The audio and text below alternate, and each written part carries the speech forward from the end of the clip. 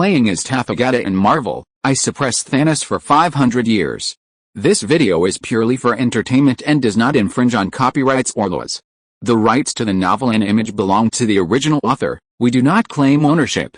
Don't like waiting and want to listen to this fanfic in full now? Subscribe to our Patreon, where you'll find the best fanfics. 151. Chapter 150, Destroying the United States. 151. Chapter 150, The United States is in a state of chaos. 2024-09-10 Author, Good Monster. Chapter 150, The United States is in a state of chaos. Steve Rogers' expression was extremely serious, and his brows were furrowed. He had just returned to the United States from London by civil aviation. No one at SHIELD knew he was back, so naturally no one came to pick him up. He was about to contact SHIELD, but he didn't expect such a change to happen.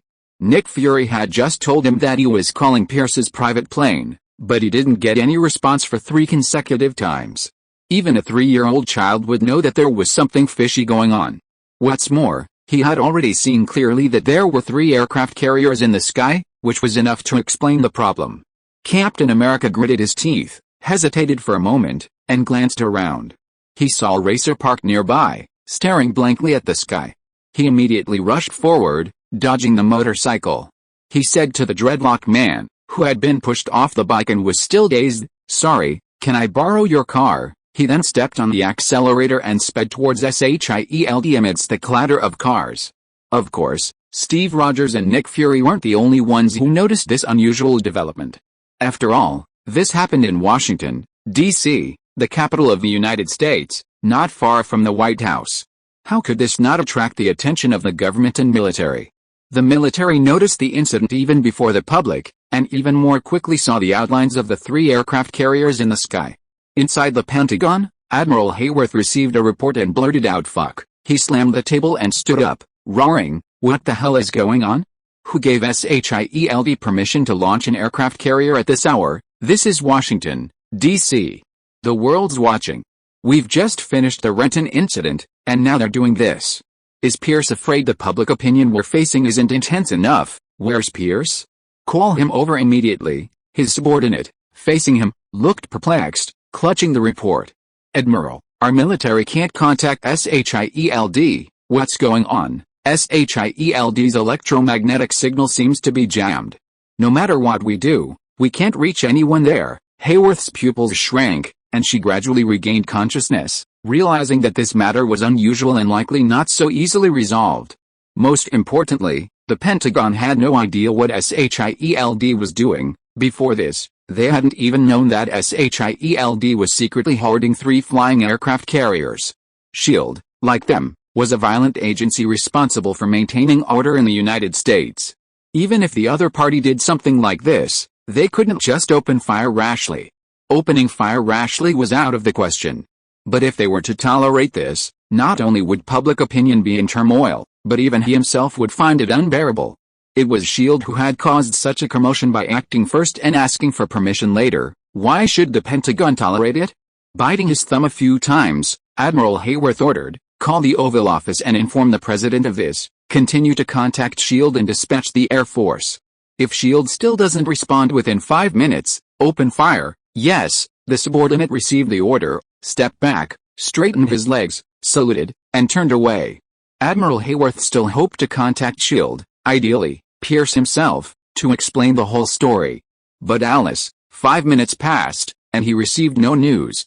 SHIELD seemed dead, with no response at all. Suddenly, the phone in front of him rang. Hayworth sat up straight and grabbed the receiver. On the massive electronic screen in the Pentagon's command center, 3 red dots emitting a faint halo flickered. They were monitoring the 3 aircraft carriers. The data showed that they were still hovering over Washington, D.C., gradually disappearing from view due to the increasing altitude. For ordinary people, the absence of these behemoths was a blessing. They assumed they had simply flown away. But from the Pentagon's perspective, it was a completely different story. These 3 aircraft carriers must be equipped with numerous weapons with extremely long ranges. The higher the altitude, the greater the area of land covered by the carriers. By this point, the 3 aircraft carriers had reached an altitude of tens of thousands of meters. high enough to lock onto the entire United States within their range. The 3 red dots flickered on the screen, sending a chill down everyone's spine, as if they were being stared at by 3 red eyes. This was the scene Hayworth, upon receiving the call, encountered as she hurried into the command center. He slammed the table in anger. Fuck. Fuck fuck. What the hell is S.H.I.E.L.D. trying to do? He cursed, then shouted outside, "Where's the liaison officer?" Jim.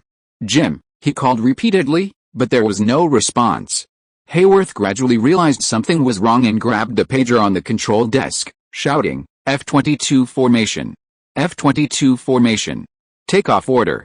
Takeoff order," but all that came from the pager was the throbbing of electricity, nothing else. Hayworth felt like he was falling into an icy lake. It was belatedly realized that the liaison officer hadn't followed his orders at all. He hadn't contacted S.H.I.E.L.D., nor the White House, nor had he given the F-22 formation the order to take off and intercept. He'd been tricked. No, even more terrifying. He looked around. Aside from a few insignificant clerks, the people in charge of key positions had vanished without a trace. He'd been sidelined. The same thing was happening not just in the Pentagon, but also in Congress and every governor's office. Inside SHIELD, Pierce stood by the window, gazing at Washington, D.C., seemingly as prosperous as ever. It looked like the same 200-year-old, thriving capital named after the Founding Fathers, its land bearing the legacy of those who carried on the will of the Founding Fathers. But in reality, its interior was as riddled with holes as Renton was at this moment. No one knew better than him that the current American elite was a sheet of paper thoroughly tainted by Hydra. Nearly every important position was held by a Hydra member, and even if they weren't, their closest secretaries and assistants were undoubtedly members. Screw the liberal democracy that even the officials themselves disbelieved in. Soon, this land would be Hydra's domain. Once the 3 aircraft carriers reached a certain altitude, their long-range weapons would be sufficient to inflict a single blow on officials and civic leaders throughout the United States. Then, no one would be able to stop them. Pierce's thoughts trembled with excitement, his palm pressed against the glass. Suddenly, a loud boom reached his ears, bringing him back from his ecstasy. What's going on? 152. Chapter 151 Exchange, Roaring Sky Dog. 152. Chapter 151 Exchange, Roaring Sky Dog 2024-09-10 Author, Good Monster. Chapter 151 Exchange, Roaring Sky Dog. Pierce immediately pulled up the surveillance footage. It showed Steve Rogers, riding a heavy motorcycle, bursting through the tightly closed mechanical door and into SHIELD. Pierce frowned. Damn. How did he get here so quickly? Steve Rogers dismounted, panting. To reach SHIELD as quickly as possible, he'd driven almost straight ahead, barely turning or stopping. Even though it was a newly purchased motorcycle, he'd been pushing it to its breaking point for just a few minutes. Many inside SHIELD were startled by his sudden intrusion, turning to examine him in confusion. Steve Rogers asked, "Where's Pierce?" Just then, Pierce's voice suddenly rang out over the radio. "Agents, attention. Steve Rogers has been corrupted by the Dark Elves in Renton. All agents in the Bureau, mobilize, whatever means, he must be killed here." Upon hearing these words, the agents immediately drew their weapons and surrounded Steve Rogers from all sides. Although Steve Rogers didn't look like he'd been corrupted, it was better to be safe than sorry. Steve Rogers had fought Malekith before, and the possibility of him being transformed during the encounter was very high.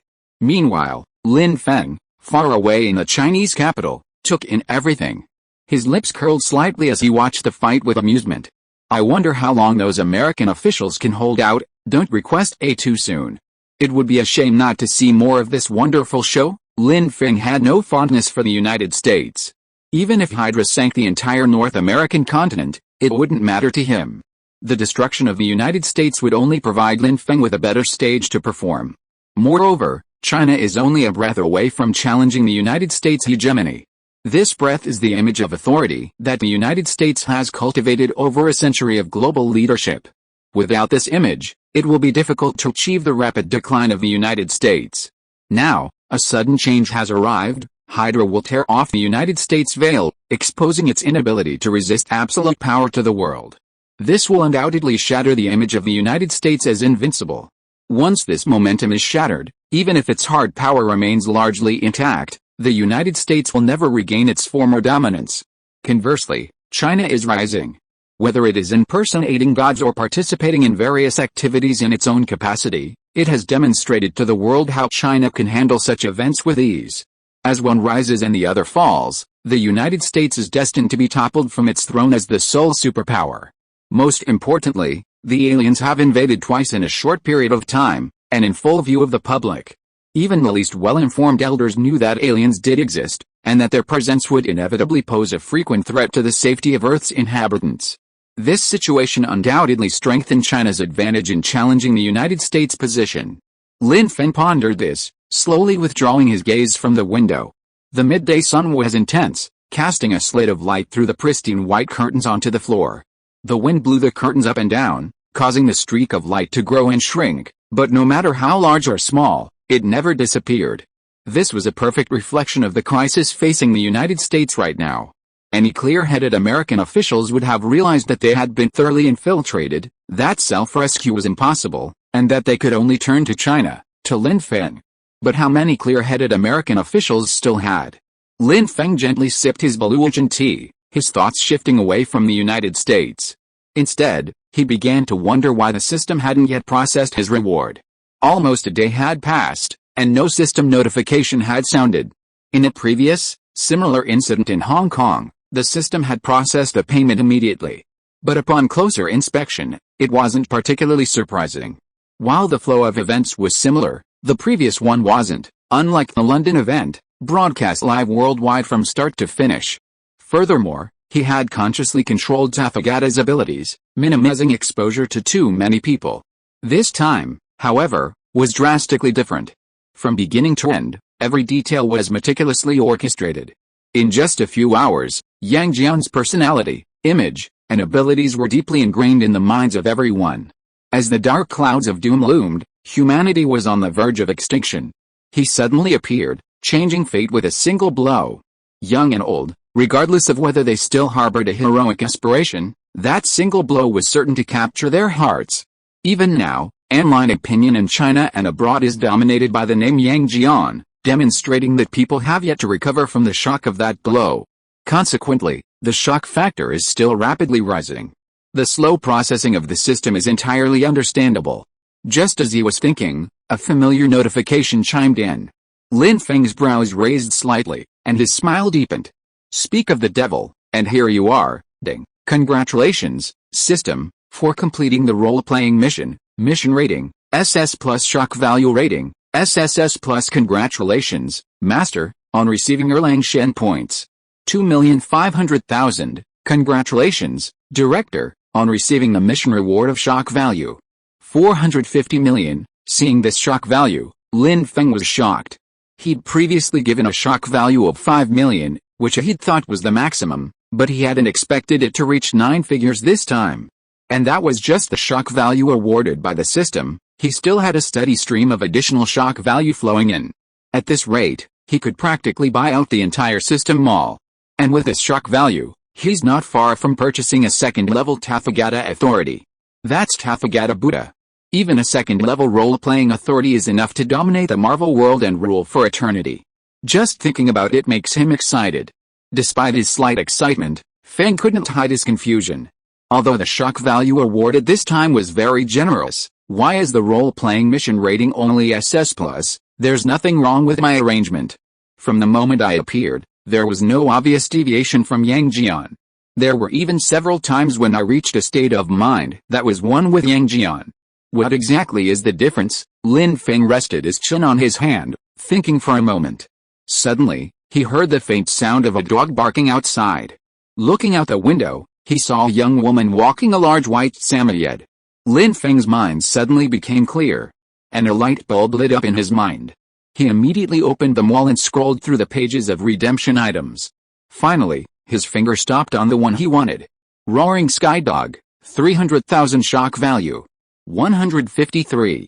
Chapter 152. A loud bang, the thin dog appears. 153. Chapter 152. A loud bang, the thin dog appears. 2024-09-10. Author, Good Monster. Chapter 152. A loud bang, The thin dog appears. Do you want to purchase the sky-howling dog? Confirm. The next moment, a flash of white light appeared, and a slender, dark figure pounced toward Lin Feng. It was a pitch-black, thin dog, circling affectionately around Lin Feng, rubbing its head against his, its tongue sticking out for a pat. Lin Feng rubbed its slender, inverted triangle head, and the sky-howling dog immediately grinned and rubbed even more vigorously. In TV dramas of the past, German shepherds were often used to portray the sky-howling dog.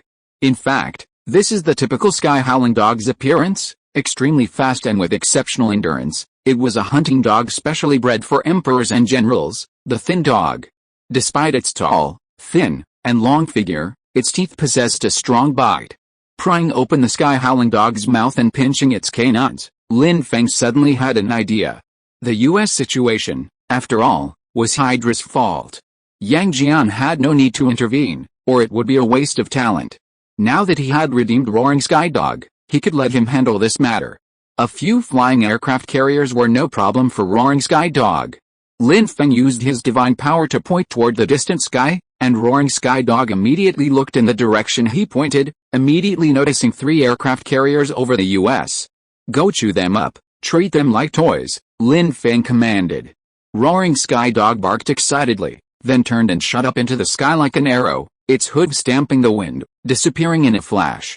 Lin Feng nodded in satisfaction. As expected of a breed that requires a cart to travel, its speed was truly remarkable. Over Washington, D.C. the 3 flying aircraft carriers had reached their designated altitude. Steve Rogers could sense the impending danger, and, disregarding the agents as his comrades, he launched a desperate counterattack, using every weapon at his disposal, pressing ever closer to the central control center amidst a hail of fire. However, 2 fists were no match for 4 hands, and he couldn't truly disregard the lives of the agents completely, nor could he strike without hesitation. As a result, his advance continued to slow, and he never reached the central control center. In his office, Pierce stared at the thermal images of the 3 aircraft carriers, then at the beleaguered Captain America on the surveillance camera, a sneer curling his lips. "You're so arrogant to go against me. Who can stop me now?" With a push of a button, all the obstacles that had once stood in Hydra's way would vanish. In a single instant, even Yang Jian would be powerless to reverse the situation. Long live Hydra, Pierce imagined the future, his excitement barely contained. The United States would become a hollow shell, and the chaos within would soon spread worldwide. And amidst this chaos, Hydra, rising step by step, will ultimately be crowned king. On the center console stood a button that no one else was allowed to touch. It was the button that controlled the secret assassination weapon. He opened the button cover, removed the key, and activated the pre-installed program. A flash of snow flashed across the dark screen, followed by a series of dings and warnings that echoed through the center console. Portraits of many people flashed across the screen, eventually transforming into individual markers scattered across a vast map that had unfolded in the background. It was a map of the entire United States, not just the mainland, but also the overseas islands of Hawaii and the gambling city. Complex red lines traced the map, and to the uninitiated, it would be dazzling, unsure of their purpose. But Pierce, examining the map, nodded with satisfaction. After so many years and so much preparation, today was finally the day to reap the rewards. He raised his hand to press the button when he heard a loud dog bark, and he turned back in surprise. Woof! The bark echoed for a long time over Washington, D.C., like a thunderclap in the ears of everyone. Pierce felt the deafening sound, his fingers frozen in midair for a moment, his eyes unconsciously turning to the surveillance camera, trying to figure out what was making that sound. After the events in Hong Kong and Renton, he had become paranoid, hypersensitive to any hint of the supernatural. And this bark couldn't help but hint at something supernatural. After all, an ordinary dog's bark wouldn't be heard so clearly in the heart of SHIELD. What on earth is that? The surveillance camera showed nothing unusual, so Pierce looked up again, peering through the glass at the sky. But there was nothing in the sky except 3 aircraft carriers, soaring so high that they were barely discernible to the naked eye. Suspicion welled up in Pierce, and his unease grew. Just then, a furious roar echoed over the intercom. "Pierce, what are you waiting for? Why haven't you pressed the button yet?" These were the other Hydra brass members, impatiently waiting. "You haven't acted since things reached this point yet? Are you waiting for the U.S. government to come to its senses and wipe us all out?" "That's right, Press the button. Do you think you're going to change your mind now? Even if you wanted to, it's impossible now. Do you think the US government would ever accept you back? With a final push needed to make their plan a success, most of the Hydra brass members were ecstatic and furious. Pierce's hesitation undoubtedly fueled their rage, and they lashed out with curses like firecrackers. Pierce repeatedly tried to explain, but couldn't get a word in. Finally, he found the opening. Of course I don't regret it, but didn't you hear the dog barking just now? It was so loud, how could it be just an ordinary dog? There must be something fishy going on. Maybe the others refused to listen and continued their harsh demands. Don't use these ridiculous excuses. A dog barking can scare you? Pierce, when did you become so cowardly? I don't want to hear any more nonsense. Press the button. Press the button now. Many Hydra executives were in other states and naturally didn't hear the barking of dogs lingering over Washington. Those in Washington, D.C., though they did hear it, weren't as horrified as Pierce, nor did they take it seriously. Perhaps it was an auditory hallucination, or perhaps some large machine malfunctioned, producing this dog-like sound. Regardless, dogs weren't something to be feared, and certainly not an excuse for Pierce to delay pressing the button. Everyone thought this, and the pressure on Pierce intensified. Pierce gritted his teeth, feeling sick at these fools who, standing outside the maelstrom, were talking without worry, only knowing how to put pressure on him. Can you please think about what era we're in?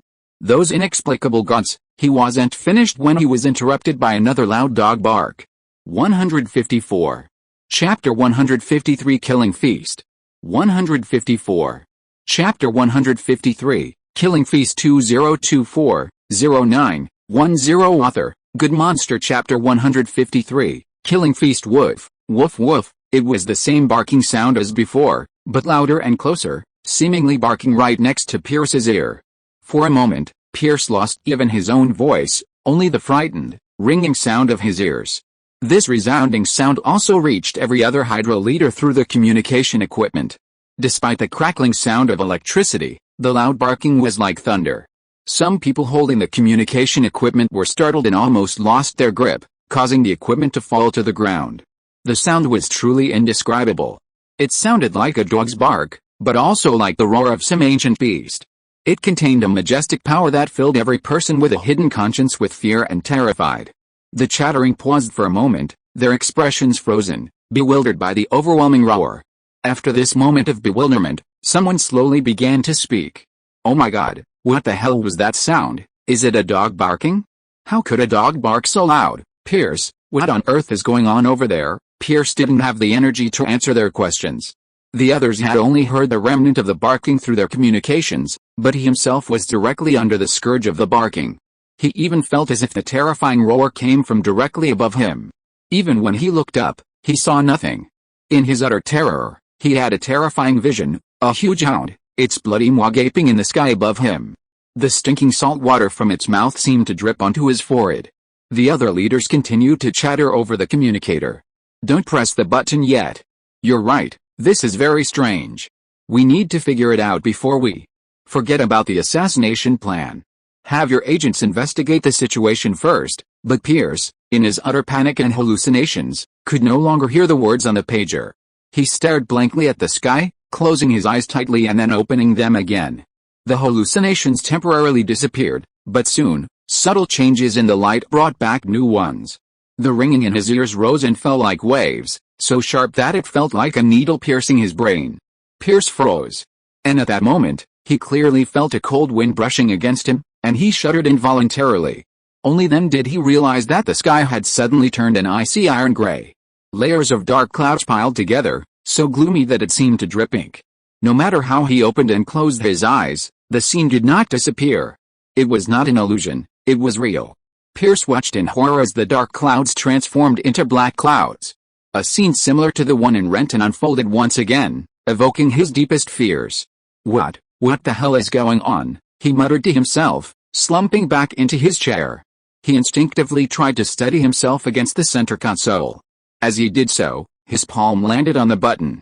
Beep, scan complete, attack command confirmed, preparing for attack, fire commences in 3 seconds, 3, 2, 1, fire commences, 3 flying aircraft carriers rattled, revealing countless gun barrels and cannons. Then, Gleaming silver assassination weapons erupted from their barrels and cannons, flying along their designated routes across the United States. Initially, everyone in Washington, D.C., had heard the strange barking of dogs. While not as horrified as Pierce, they were all equally shocked. Then, they discovered something even stranger. Dogs across Washington, D.C., both domestic and stray, simultaneously burst out of their hiding places, either standing in front of their homes or wandering the streets, their heads raised to the sky, howling like wolves at the moon, bellowing at the top of their lungs. Some dog walkers, noticing the rapidly darkening sky and thinking it was about to rain, rushed home with their dogs. Unexpectedly, the dogs, suddenly excited, broke free from their leashes and bolted, impossible to catch. When they finally caught up, they found them squatting respectfully, barking a few times before lowering themselves again, as if to greet their owners. What's going on? Everyone wondered, contacting their veterinarians to see if something was wrong with their dogs. But they soon discovered this wasn't an isolated case. Even dogs receiving treatment at veterinary hospitals were being forcibly awakened from their anesthetics by the inexplicable call, barking furiously at the sky. It was like a pilgrimage, like welcoming the king of their tribe. The strangeness of these dogs quickly became a hot topic of discussion. But before the topic could even become a hot topic online, another strange change suddenly occurred. The sky was already filled with thick black clouds, but no lightning flashed from the clouds. Instead, at this moment, a spark of light flashed. Puff, puff, puff, puff, puff. Many small sounds of breaking wind echoed in succession, continuous and dense. People could hear these sounds, but they could not see the objects making them. They looked around in confusion and were horrified to see the people around them collapse to the ground without any warning. A sniff of their breath revealed that they were dead. The survivors fell to the ground in horror, stepping back several steps, their pupils trembling as they watched the pool of blood spread out from under the bodies of the deceased. The next moment, another person nearby was silently snatched away, their life fading faster than their blood. Their eyes were already silent, only warm blood gushing out, leaving a crimson trail on the ground. This hellish scene terrified the survivors, and they frantically sought cover. But it was futile. Hydra used biological targeting, and even if those targeted simply hid in the basement, they would still be robbed of their trust by the weapons. Many died with the grievances, many fled in terror, and the entire United States was thrown into chaos. In the Oval Office of the White House, the president, his hair disheveled and bloodshot, pounded the table and yelled for his secretary. "What the hell is going on? Someone come quickly." Before he could finish his words, a small, sharp weapon pierced his chest, silencing his voice and causing him to collapse limply from his chair. However, even as the president, his death could not attract anyone's attention. 155. Chapter 154, It was a dog that hit the aircraft carrier. 155. Chapter 154 It was a dog that hit the aircraft carrier. 2024-09-10 Author, Good Monster Chapter 154 It was a dog that hit the aircraft carrier. Countless people have died in the White House, countless people have died in Washington, and countless people have died in the entire United States. The clock is still ticking, and every minute and every second that was ordinary in the past makes everyone feel terrified. Because every second, countless lives are taken away. Everyone was terrified, and only the Hydra people were slightly relieved when they saw that the plan was not too wrong. Some of them also came to their senses and scolded Pierce. "Didn't Pierce tell you not to press the button? What were you doing just now? Were you playing a trick on us?" It's not entirely Pierce's fault. That barking sound was indeed eerie. It's always better to be cautious. Fortunately, nothing serious happened. Yes, it seems the noise is louder than the noise. Maybe someone is deliberately trying to intimidate us. They were relieved, but Pierce couldn't rest easy. He still hadn't recovered from the shock of the moment, and the majestic barking still echoed in his mind. What could have happened? Who could say? The Hydra men breathed a sigh of relief, but the people on the ground were already wailing. A little girl had come to play golf with her father. When the sudden death threat arrived, her father held her in his arms, shielding her with his whole body, and they fled inside. But just as they were within a step of the interior, a sound like an invitation to death rang out in their ears.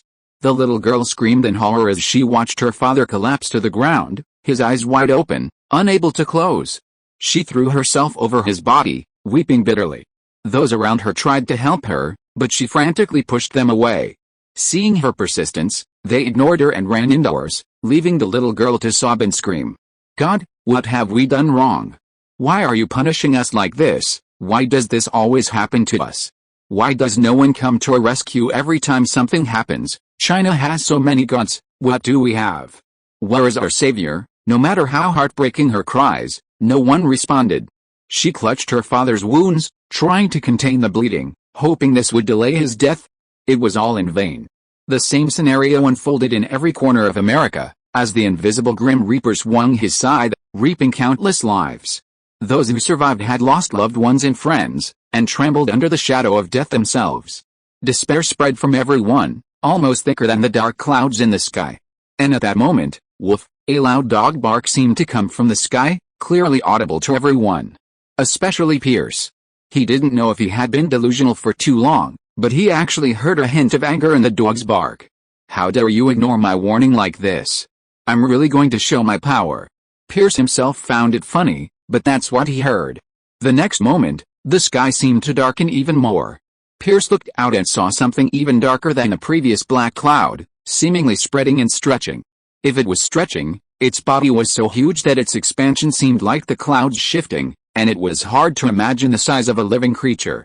The scene witnessed by the people on the ground was even more bizarre than Pierce's. What is that? A leopard. A dog. It looks like a dog, but it's so huge, what's it doing? They saw an enormous yet slender creature, its back flexing like a bow, its legs stamped on the wind as it effortlessly soared thousands of miles into the sky with a physics-defying grace. Watching it ascend, some vaguely recalled that not long ago, 3 enormous flying vehicles had risen from nowhere. Although they soon disappeared, it was perfectly normal for them to be invisible to the naked eye if they had already ascended thousands of feet into the sky. For a moment, many intelligent people connected this sudden death with the aircraft carrier, and now, as they looked at the soaring creature, their eyes lit up with hope. Perhaps this inexplicable being could be their savior. Inside the flying aircraft carrier, monitoring personnel also detected an anomaly using thermal imaging cameras and immediately summoned Pierce. An unidentified object is flying towards the spacecraft. No, it's not flying, it's running. And its speed is increasing. Pierce watched the image on the thermal imager flash by like an arrow, a flicker of confusion in his eyes.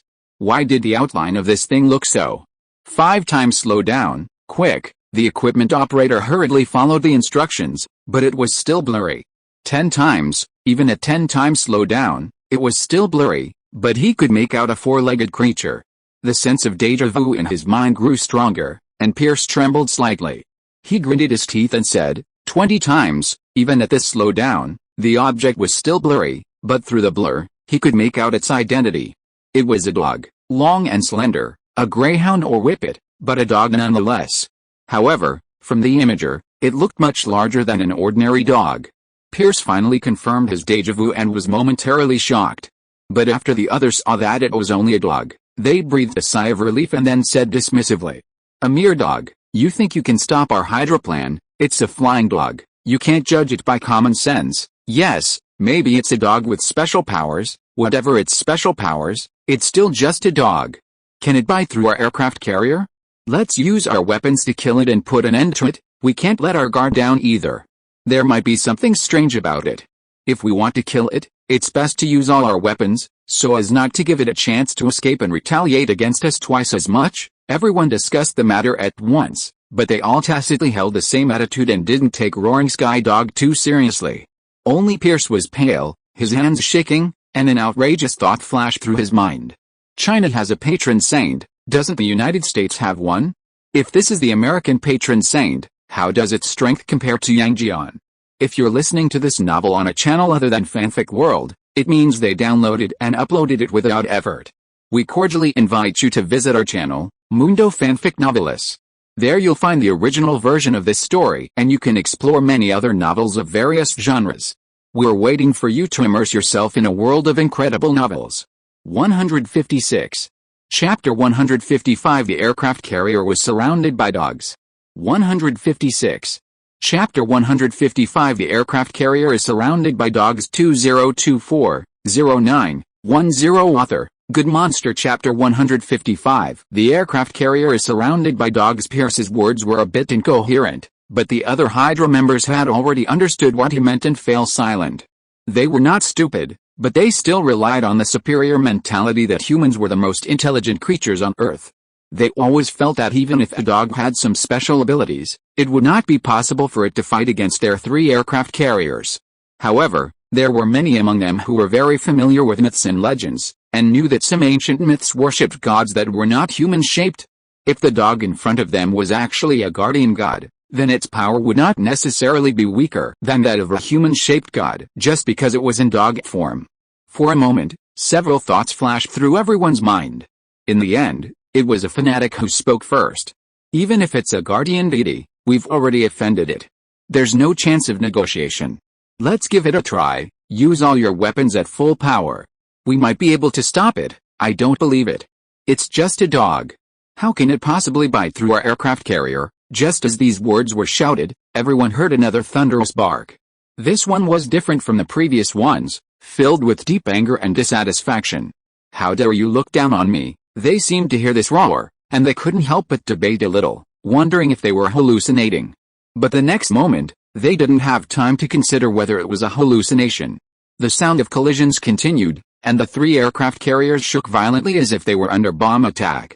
What's attacking the aircraft carriers? The crew members on the aircraft carriers immediately checked the peripheral surveillance footage, but were shocked speechless by the images. They saw dogs again, but not just one, but dozens, perhaps even hundreds. Clearly thousands of meters away just moments ago, they were within striking distance of the aircraft carrier in the blink of an eye. How fast could this creature be? Even more astonishing was how it suddenly multiplied to 100. The thermal imaging camera confirmed that it was clearly just one dog charging towards the carrier. These foreigners could never have imagined that Chinese divine magic included the cheat of incarnation. Hundreds of roaring sky dogs simultaneously rammed into the carrier. Bang, bang, bang. The vibrations grew increasingly violent, cracks appearing in its hull, forged from the toughest alloy. Several engines malfunctioned from the impact, sparking and shutting down. In an instant, the 3 massive aircraft carriers were surrounded by hundreds of dogs. And it looked as if they could be slowly gnawed to death by these hundreds of dogs. What a ridiculous scene, yet no one could laugh out loud. Even more horrifying was yet to come. A monitor suddenly cried out, "Why are they increasing in number again?" The scream drew everyone's attention to the screen in front of her. As they watched, a black dog slowly split into 2, then 2 into 4, and in an instant, their number multiplied several-fold. The new dogs were every bit as imposing and powerful as the previous one. Even the timid ones collapsed in fear. How can we possibly handle this? If there had been only one of these strange dogs, Hydra wouldn't have dared to fight them, no matter how powerful they were, armed with all sorts of weapons. But now, in the blink of an eye, their numbers had multiplied several times. Suddenly, Hydra went from fighting this dog to this dog fighting them. Could they possibly win? But if they didn't fight, were they going to let this dog's brute force smash their aircraft carrier into pieces? They were now 10,000 meters in the air. If the aircraft carrier was shattered, their fate would be even more tragic than those who died on the ground. For a moment, the men aboard the carriers shared the despair of those under fire on the ground. At that moment, Pierce suddenly gritted his teeth, stood up, and said, "Send a message to the pilots of the other 2 carriers. Tell them to fly as far as possible, in 2 different directions, at maximum speed. The main ship, stop these dogs. Halt the strafing of the ground.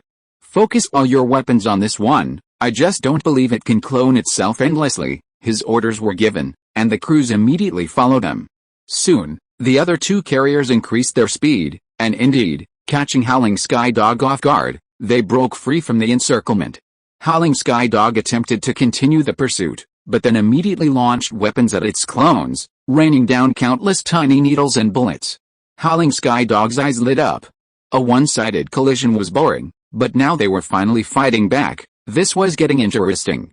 Howling Sky Dog howled, retracted some of its clones, and focused solely on attacking the main ship. However, its actions misled the men on the main ship, who believed their tactics were working. Pierce's mind relaxed, then a sinister smile returned. "It's just a foolish dog. No matter how arrogant it gets, it'll still be led by me. You think you can stop Hydra? You think you can save those people down there?" Wishful thinking. The 2 fleeing aircraft carriers continued their mopping up plan, while the main ship immediately went on the defensive, still unleashing all its firepower on the Howling Sky Dog. On the ground, Those who had noticed no new casualties for several minutes breathed a sigh of relief, only to discover that the invisible, deadly weapon had reappeared. No matter how deep they hid, no matter how they covered themselves, it was all in vain.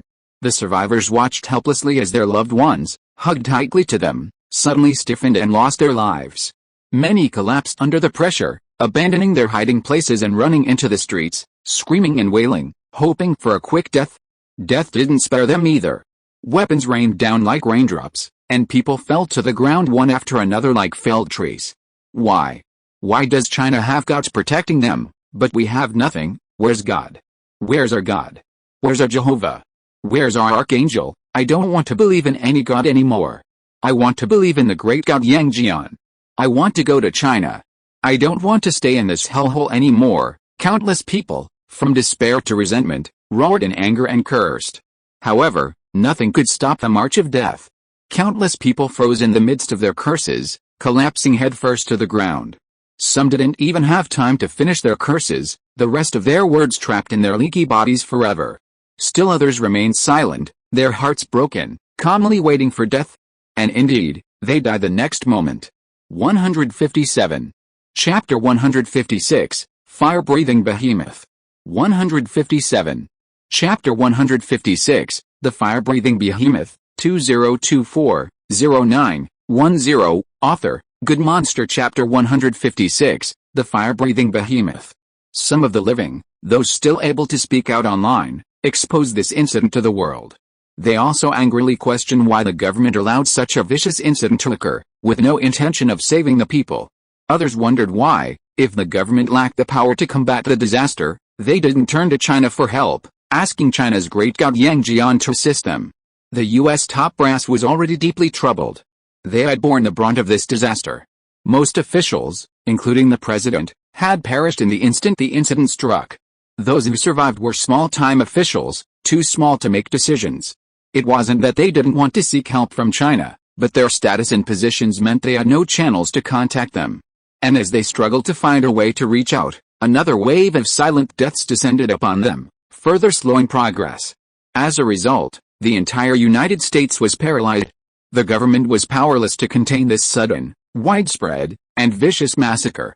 Seeking aid from China proved daunting, and organizing a military counterattack was absurd. The Pentagon was already entrenched in Hydra, and even their use of military force to exacerbate the situation was a blessing. The government was unable to control or resolve the situation, unable to even issue a single notice. Naturally, the people could only helplessly await death. The death of one person brought shock, 2 brought shock, 3 brought shock, and 4 brought despair. But what did the simultaneous deaths of thousands, even tens of thousands, bring? Numbness. Realizing that no matter how hard they tried to hide, no matter how hard they struggled, they could not save their loved ones or themselves, people became dejected, sitting beside the corpses, waiting for their fate to befall them. Seeing the horrific scene on the ground, many Hydra members burst into laughter. This is how the world should be, cry, scream. Let your despair and resentment be mixed with death, becoming the perfect sacrifice for our plan. A loud bang interrupted their arrogant laughter, and at the same time, everyone noticed the temperature in the cabin suddenly rise to an abnormally high temperature. They began to sweat uncontrollably, and their feet moved involuntarily. The sparks of short circuits and explosions continued in the cabin. Some equipment went out after a loud bang, and no matter how the monitors adjusted it, it never came back on. The clear sound of impact continued, completely different from the previous one. The previous impact was low and muffled, and although it was continuous, it was clear that the hardness of one side was significantly less than the other. After all, it was a dog's flesh and blood hitting an aircraft carrier. If they hadn't seen it with their own eyes today, who would believe that the hardness of a dog's body could be compared to that of alloy? But even then, even flesh and blood, imbued with power, was still flesh and blood, its sound muffled. The sound they heard now was completely different. It was the clashing of metal on metal. Loud, sharp, and terrifying. Something else has come to aid that idiot, Pierce cursed, turning his gaze from the ground monitor to the one outside the carrier. As his eyes met the footage, Pierce's eyes widened in disbelief, nearly popping out of their sockets. What the hell? What the hell is this? He saw a massive monster, at least 10 meters long. It resembled a wolf, part dog, and emanated an oppressive black aura. Its crimson eyes were filled with murderous intent. As if sensing Pierce's observation, the beast whipped around, its razor-sharp gaze meeting Pierce's. In that instant, Pierce felt as if a knife had pierced his chest and back. A chill washed over him, and he couldn't help but want to order a blast. However, before he could utter the command, a stream of crimson flame erupted from the beast's mouth, hurtling towards the camera. Pierce instinctively dodged backward, trying to avoid the fire hurtling toward him. With a final crackle, the monitor screen went dark. Only then did Pierce recover. No matter how powerful the flames were, they couldn't possibly penetrate the monitor screen and reach him.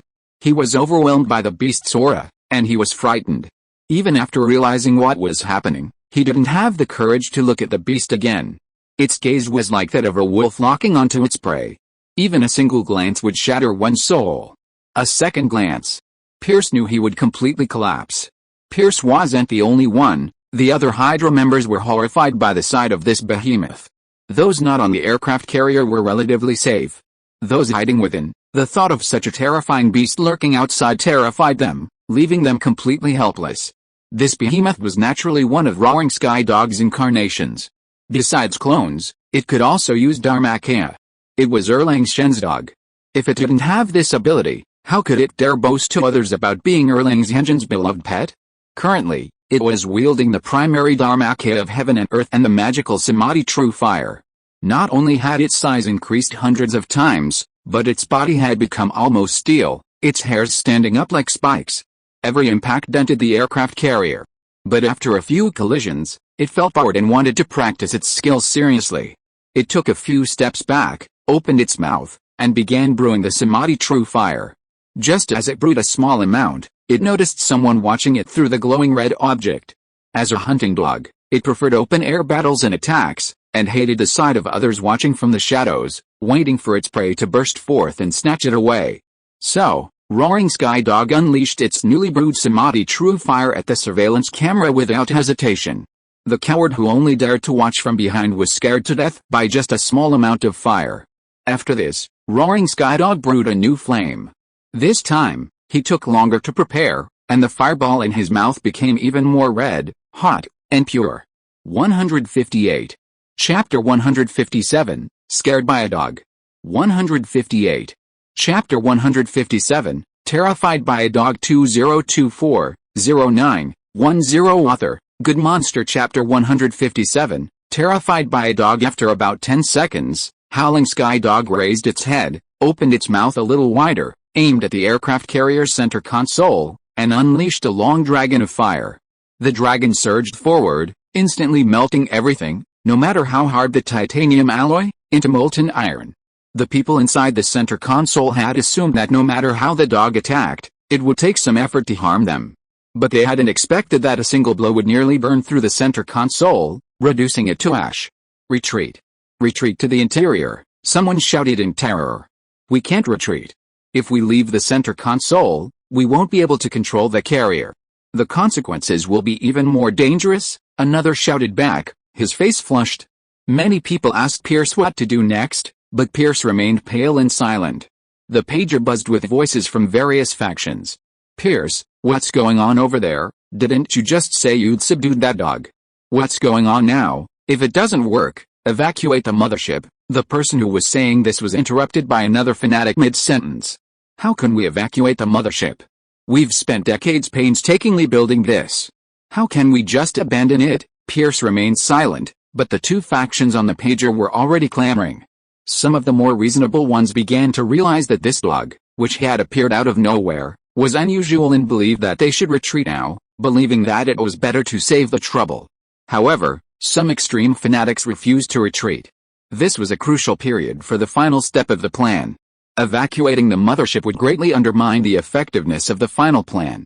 These people didn't care about the damage to the mothership, let alone the lives of those on board. They simply wanted to kill as many people on the ground as possible to lay a solid foundation for their own gains after the chaos. As the two factions bickered, Pierce slowly spoke. There's good news and bad news. Which one do you want to hear first? Someone immediately went berserk. Don't keep us in suspense at this point. Tell us what you've discovered, Pierce chuckled softly. The bad news is, this dog is incredibly powerful. Even with just a dozen rhyming strikes, It could rip the mothership apart, not to mention the strange fire it breathes. If it can breathe fire a second time, and still at this scale, then we shouldn't even think of anything else. Just sit back and wait for death. The repeated attacks had already strained his mental state. Even his voice carried a quiet, dead air. Though calm, it somehow felt a bit erratic. This calm, maddening quality frightened the others, and someone immediately questioned him. "Are you planning on escaping? If we don't flee now, we won't have the chance later." Pierce remained calm. "Coward Hydra, victory or death. Those who flee are unworthy of being Hydra's followers." Some, relying on their invulnerability on the ground, hurled insults at Pierce. But Pierce ignored them completely, forcing them to stand and move to the other center console. Some more reasonable people, remembering what Pierce had just said, quickly pressed the issue. "You said there was good news and bad news." "Bad news? But what about the good news?" Pierce opened the button cover and fiddled with the center console. "The good news is that this dog, now larger, will be easier for our weapons to locate, even if it's still as fast as before, and it won't have as many clones. We can try to use our weapons against it." As he spoke, a flick of his finger completed the loading and aiming of the weapons, with several mechanical guns trained on the howling sky dog. This time, Pierce pressed the red button without hesitation. "Let's try. This is our only hope of victory." As Pierce pressed a button, many of the main ship's remaining gun barrels and muzzles swung, aiming at howling sky dog. The behemoth now hovered about 20 meters in front of the mothership, a dragon of fire condensing in its mouth.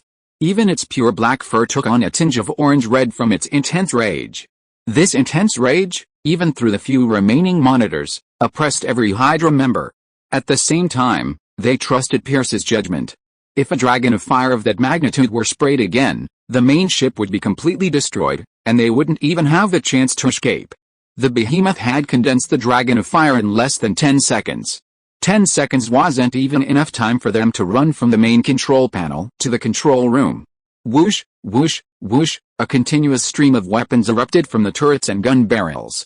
Regardless of caliber, these weapons, each capable of killing a life, poured down upon Howling Sky Dog without hesitation. Howling Sky Dog was mere seconds away from effortlessly conjuring a new fire dragon, but the overwhelming barrage of weapons made him frown. He could sense that these weapons wouldn't scratch his fur, but they would still pose a threat to his eyes and delicate mouth. So, he closed his eyes and mouth, scattering the unconstructed fire dragons. Then, using his ears to move, he leaped upward, dodging all the weapons that were directed at him. His performance re-energized the Hydra members. It worked. Our attacks worked on this thing. It retracted its flames. We repelled them. I knew it was just a paper tiger. Nothing to fear. Everyone else chatted excitedly, except Pierce, who remained silent, sitting at the center console. The equipment operator nearby asked cautiously, "Why, are you unhappy?" Pierce sneered, his tone still sounding as deadpan as ever. "Do you really think this is a victory? The bullets we just fired accounted for 1/10 of our inventory, and that dog dodged them all. We've completely used up all of them. It only takes a few seconds for that dog to regenerate its fireballs. The cost of firing another volley would be unimaginable. To resolve this problem right now, a head-on confrontation isn't the answer. We can only flee before he condenses a new fire dragon." As Pierce finished speaking, the group on the pager began to grow unhappy again. "You're exaggerating the role of this dog. It's not a real hellhound. Can it rush into the center console and bite off your neck? If your weapons are not enough, increase the continuous output and let the gun barrel follow this stupid dog closely, or call the other 2 aircraft carriers to assist in shooting, so that this dog has nowhere to hide. There is definitely a possibility of hitting his hard and killing him." Is Pierce addicted to being a coward? He thinks about running away when he encounters problems. No matter what, you are not allowed to run this time. Go straight in. I don't believe that the aircraft carrier that we, Hydra, have spent years to build can't even compare to a stupid dog. 159.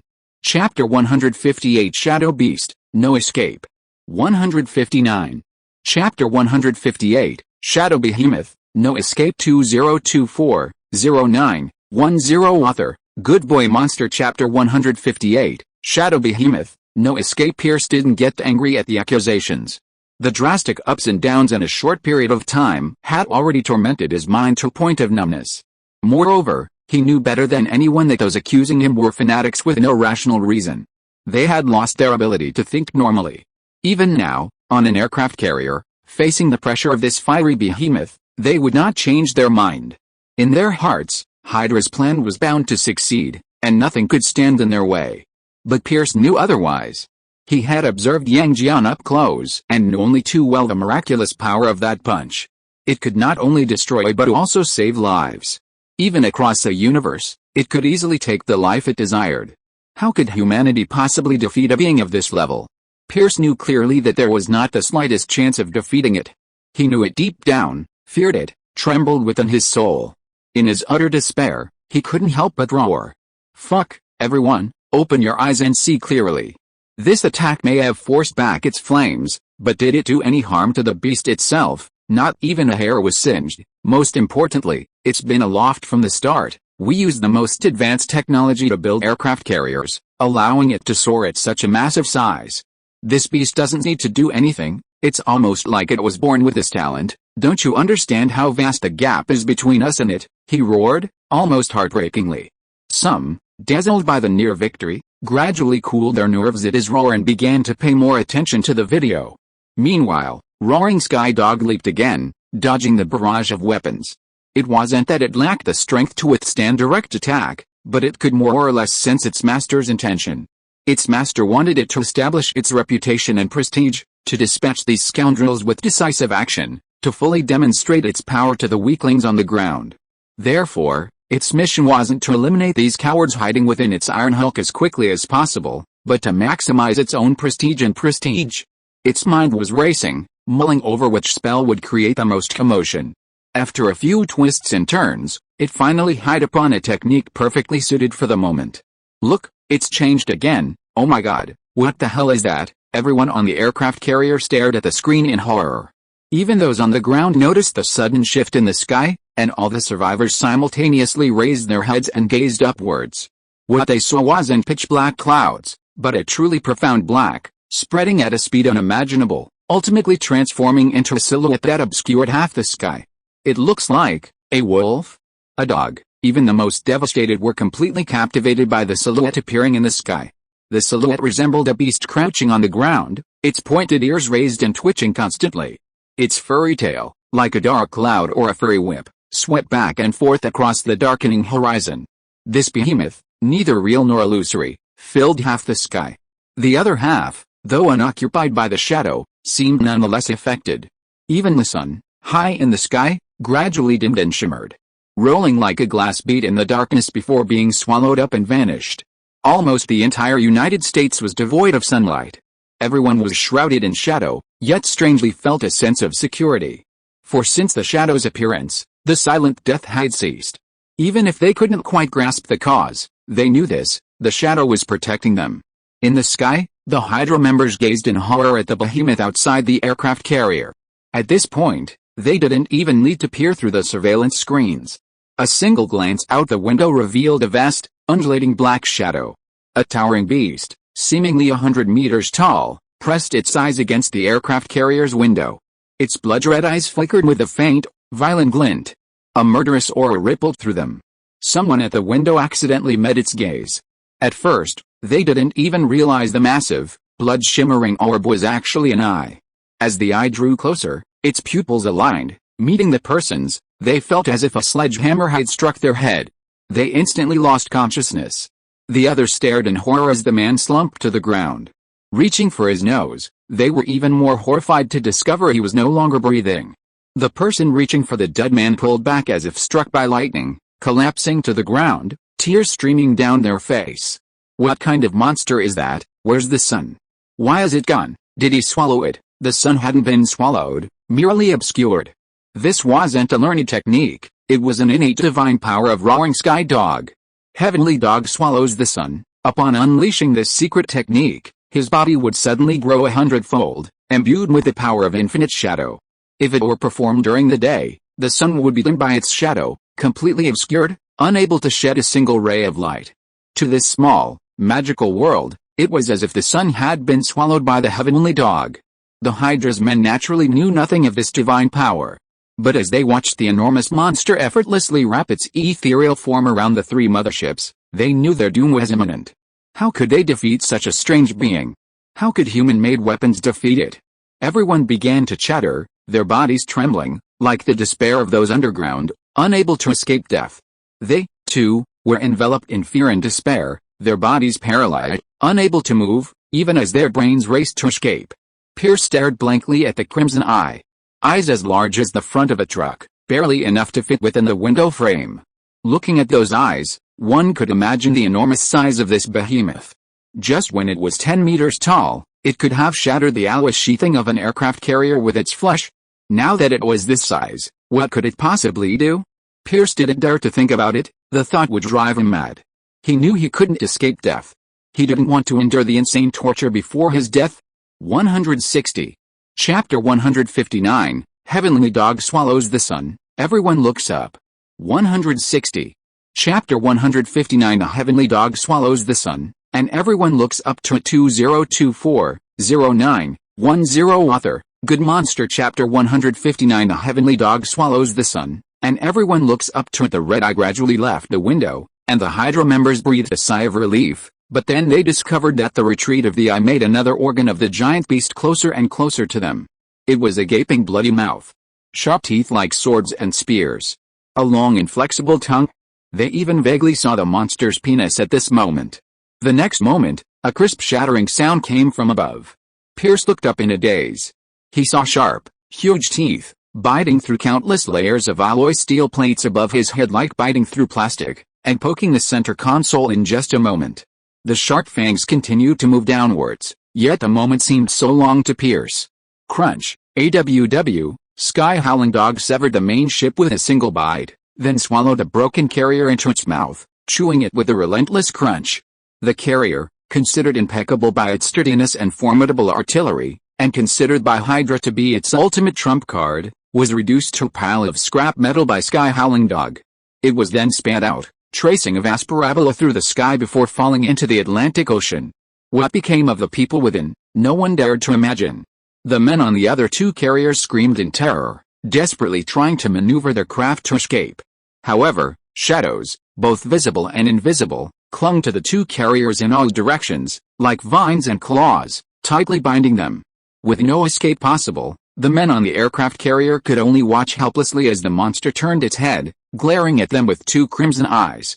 Then, with a wide grin, it opened its bloody maw, a mouth yawning like hell. Two chewed-up iron balls spat out of the Sky Howling Dog's mouth, also falling into the distant Atlantic Ocean. The Hydra remnants on the ground had completely lost contact with the aircraft carrier. But before the video feed went dark, each of them had seen the shadow-made vicious dog lash out with its fangs and claws, using the simplest, bestial bite to reduce decades of painstaking work to scrap metal. Yet, not a single one of them could muster any anger. What good was anger? Was this a force humanity could resist? No. In the face of such a force, humanity could only fear, submit, and tremble. The others didn't know the exact events, but the lack of new deaths for over 10 minutes gave them a sense of security, and they began to take to the streets, observing the strange phenomenon in the sky from places with wide views. At that moment, the shadows that obscured the sun shifted. Like a dog turning its head, the endless shadows moved. A pair of crimson eyes, like the sun and moon in the sky, filled everyone caught in their sight with a deep sense of fear. In contrast, the sun, revealed by the shifting shadows, was completely dim, barely resembling a sun at all. Someone with a camera immediately captured the scene. Many others captured the entire scene and uploaded it to social media.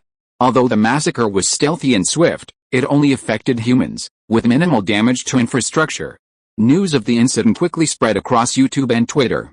Many debated the origins of this inexplicable massacre, but even more attention was focused on the massive shadowy beast. Was it a monster or a god? People were speechless at the bizarre sight.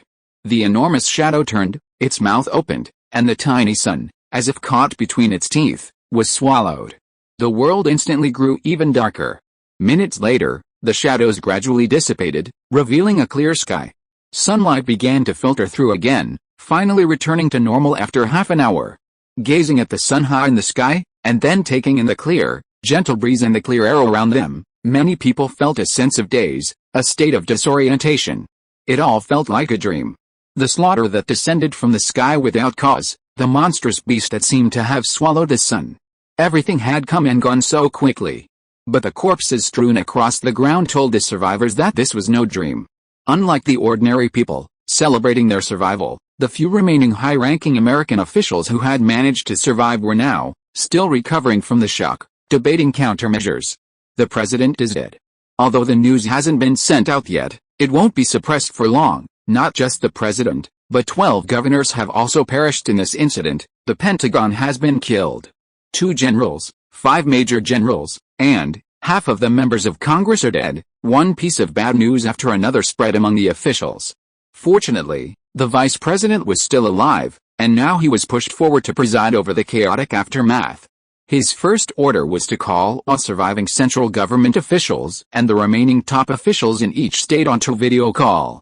And his first words to everyone during the video call were, "This must have been Hydra's doing. SHIELD was long ago infiltrated." This attack was orchestrated by the former director of SHIELD, and is currently under the temporary control of Steve Rogers. A video of former director Pierce ascending a strange aircraft carrier has been sent to me.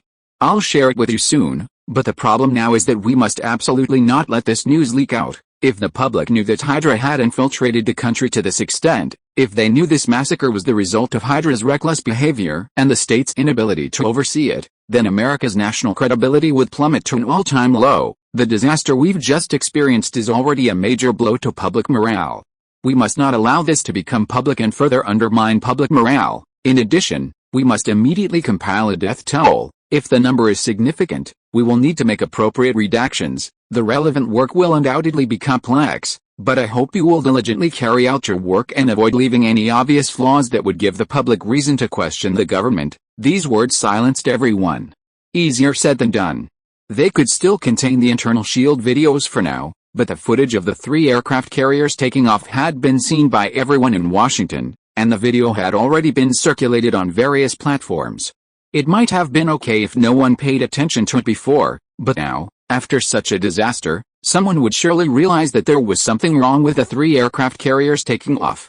Even if only a small number of people went back and studied the videos, they would surely find many clues. Internet users are like Sherlock Holmes. There's no secret in this world that can't be uncovered by a serious audience. 161. Chapter 160, Guardian of the United States. 161. Chapter 160 The Guardian of the United States 2024-09-10 Author, Good Monster Chapter 160 The Guardian of the United States. How can the government curb this trend and stop the gossips? How can they lie with their eyes open? Cut down the high death toll? People are actually dying. How many people died? Can they just talk nonsense? They can't do it at all. Seeing that everyone was silent, not saying a word, and their faces were very ugly, the vice president knew that their thoughts were probably not optimistic. In fact, his own thoughts were not optimistic either. Right now, we may only have one way to go. What way? The black shadow that suddenly appeared in the sky, the vice president said in a deep voice. There was a video shot before this incident. After the aircraft carrier took off, a black dog also ran into the sky. I asked the most professional department to check. There is absolutely no trace of PS in this video. Some people gradually came to their senses. You mean to use this dog to cover up the details of the Hydra incident? The vice president nodded, a faint smile playing. How do you think this dog's strength compares to Yang Jian's? The crowd gradually regained their composure, lost in the joy of having survived. This joy was different from the joy they had experienced during the Renton incident. Back then, they were far from the center of the vortex. Although they knew that if things weren't handled properly, the entire planet would be buried with them, that was still too far away. Geographical distance dictated a distance between their hearts. While they worried about their own fate, they couldn't empathize with the residents of Renton. This time was different. The incident took place on American soil, over Washington, D.C. The United States, untouched by even the 2 world wars, had always been considered a land blessed by God, immune to disaster and war, but now it was the most direct side of disaster. This shattered everyone's long-held beliefs. Although no one ever said this out loud, everyone had always believed that living in the United States was different from living elsewhere. It was a land of absolute peace and tranquility. Now it's not. While people rejoiced, they were terrified, unsure when a similar disaster would strike again. But this fear also led many to indulge themselves, turning their revelry into even more reckless excess. Amid the nationwide chaos, some people did indeed begin to take notice of the 3 aircraft carriers going up in flames. But just as they were about to search for the videos they'd previously seen, a new video caught their attention. This new video was pushed to the top of YouTube. Whether Americans or those from other countries, anyone visiting YouTube would see it first. In the video, the white-haired vice president, with a solemn expression, first announced the president's death, then changed his expression to speak with pride. But this disaster isn't without good news. You've probably all thought this before. China has gods protecting us, why don't we in America? But now, I can tell you, we do have gods in America, and millions have witnessed their existence. That's it. A small video frame appeared in the president's lower right corner. It was the moment, captured by chance, of the heavenly dog swallowing the sun. Before the shadows vanished, its enormous mouth opened, seemingly swallowing the sun itself. A body so vast it obscured the sky. Eyes so glittering like the sun and moon. A power so overwhelming that just meeting those eyes could make one kneel in submission. Even watching through the video, one's teeth trembled. This is our God, the giant dog god, the vice president proudly introduced. Experts have already compiled detailed information about this god, and they will be released at the press conference soon. Please stay tuned. With that, the video ended. Many people were skeptical of the video, and this skepticism fueled their continued search. For a time, the words giant dog god dominated the search results on social media platforms like YouTube and Twitter. People were buzzing with discussion. I've never heard of the giant dog god. Is it really our god? With such overwhelming power, it must be a god. There's no doubt about it. If it's an American god, why hasn't it appeared before? Maybe, like Yang Jian, it's been dormant. This sudden event was so dramatic that it awakened it. The United States has only a short 200 years of history. How could it have its own gods? Why can't the United States have its own gods?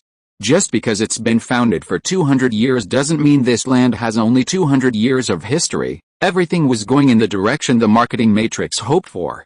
This faction and its fervent supporters argued over whether the giant dog god was an American god, even resorting to trash talk. Although ordinary passers-by would not participate in the quarrel, they were indeed attracted by the 3 words giant dog god. By the way, are these photos and videos real? Of course they're real. I saw it with my own eyes.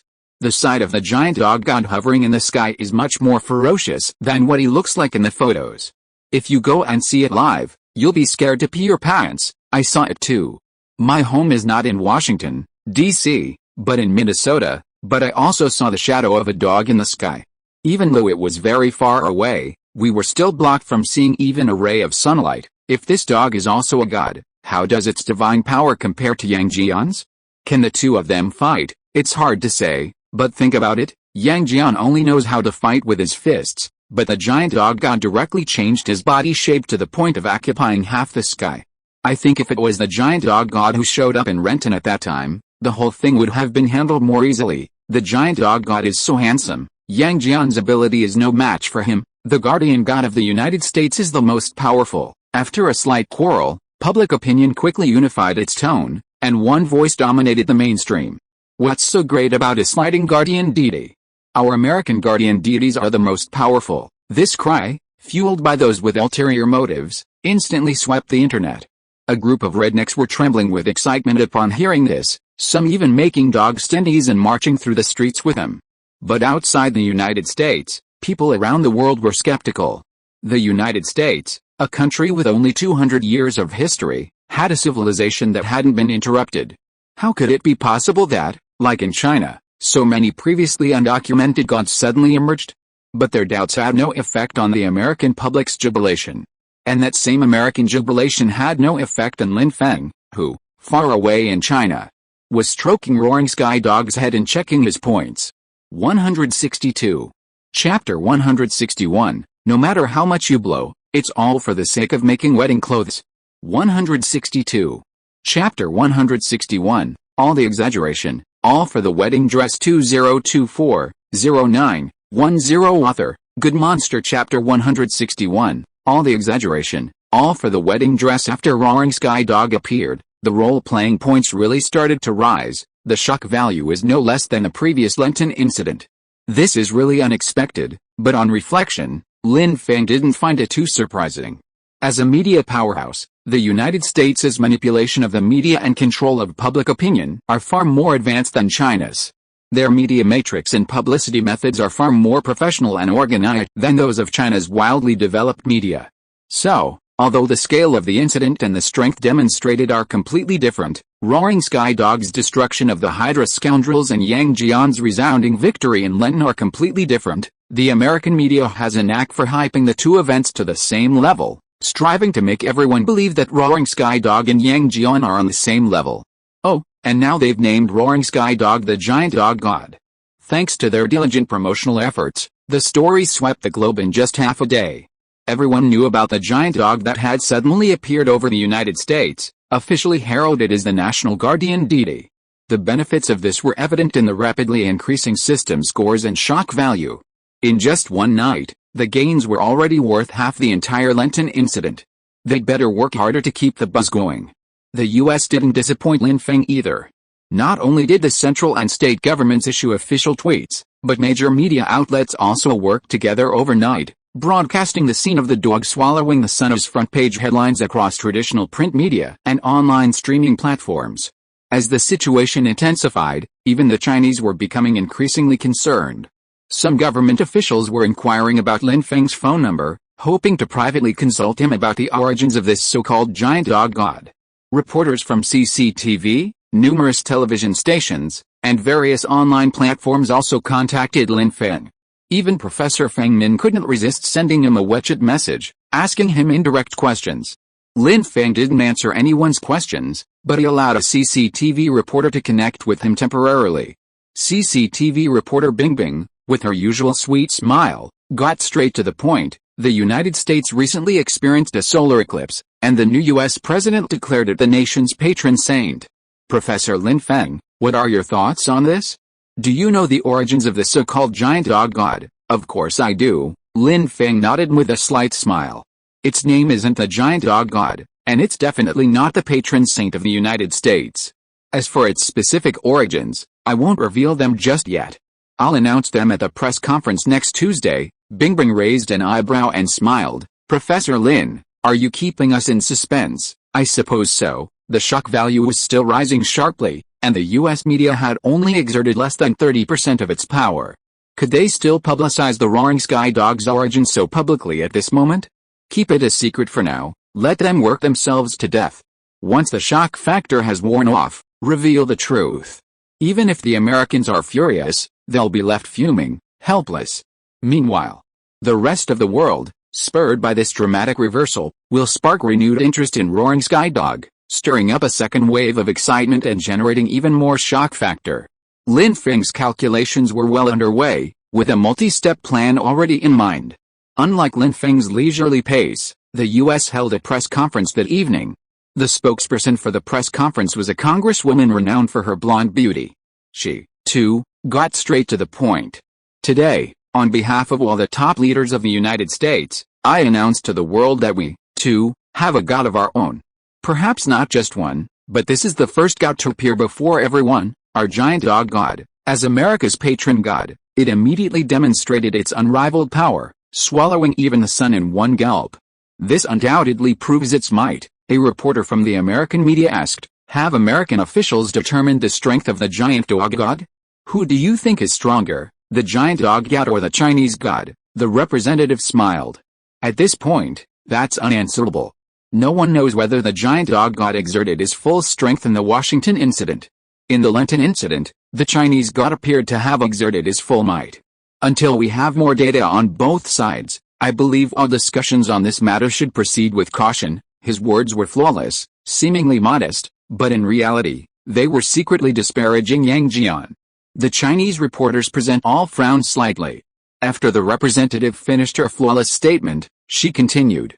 Of course, as an American, I naturally believe that our American gods are the most powerful in the world. This incident didn't allow the giant dog god to unleash his full power, but I believe this god will make more than just a one-time appearance. We still have a long time to explore its potential. Regardless, the giant dog god is our American patron god.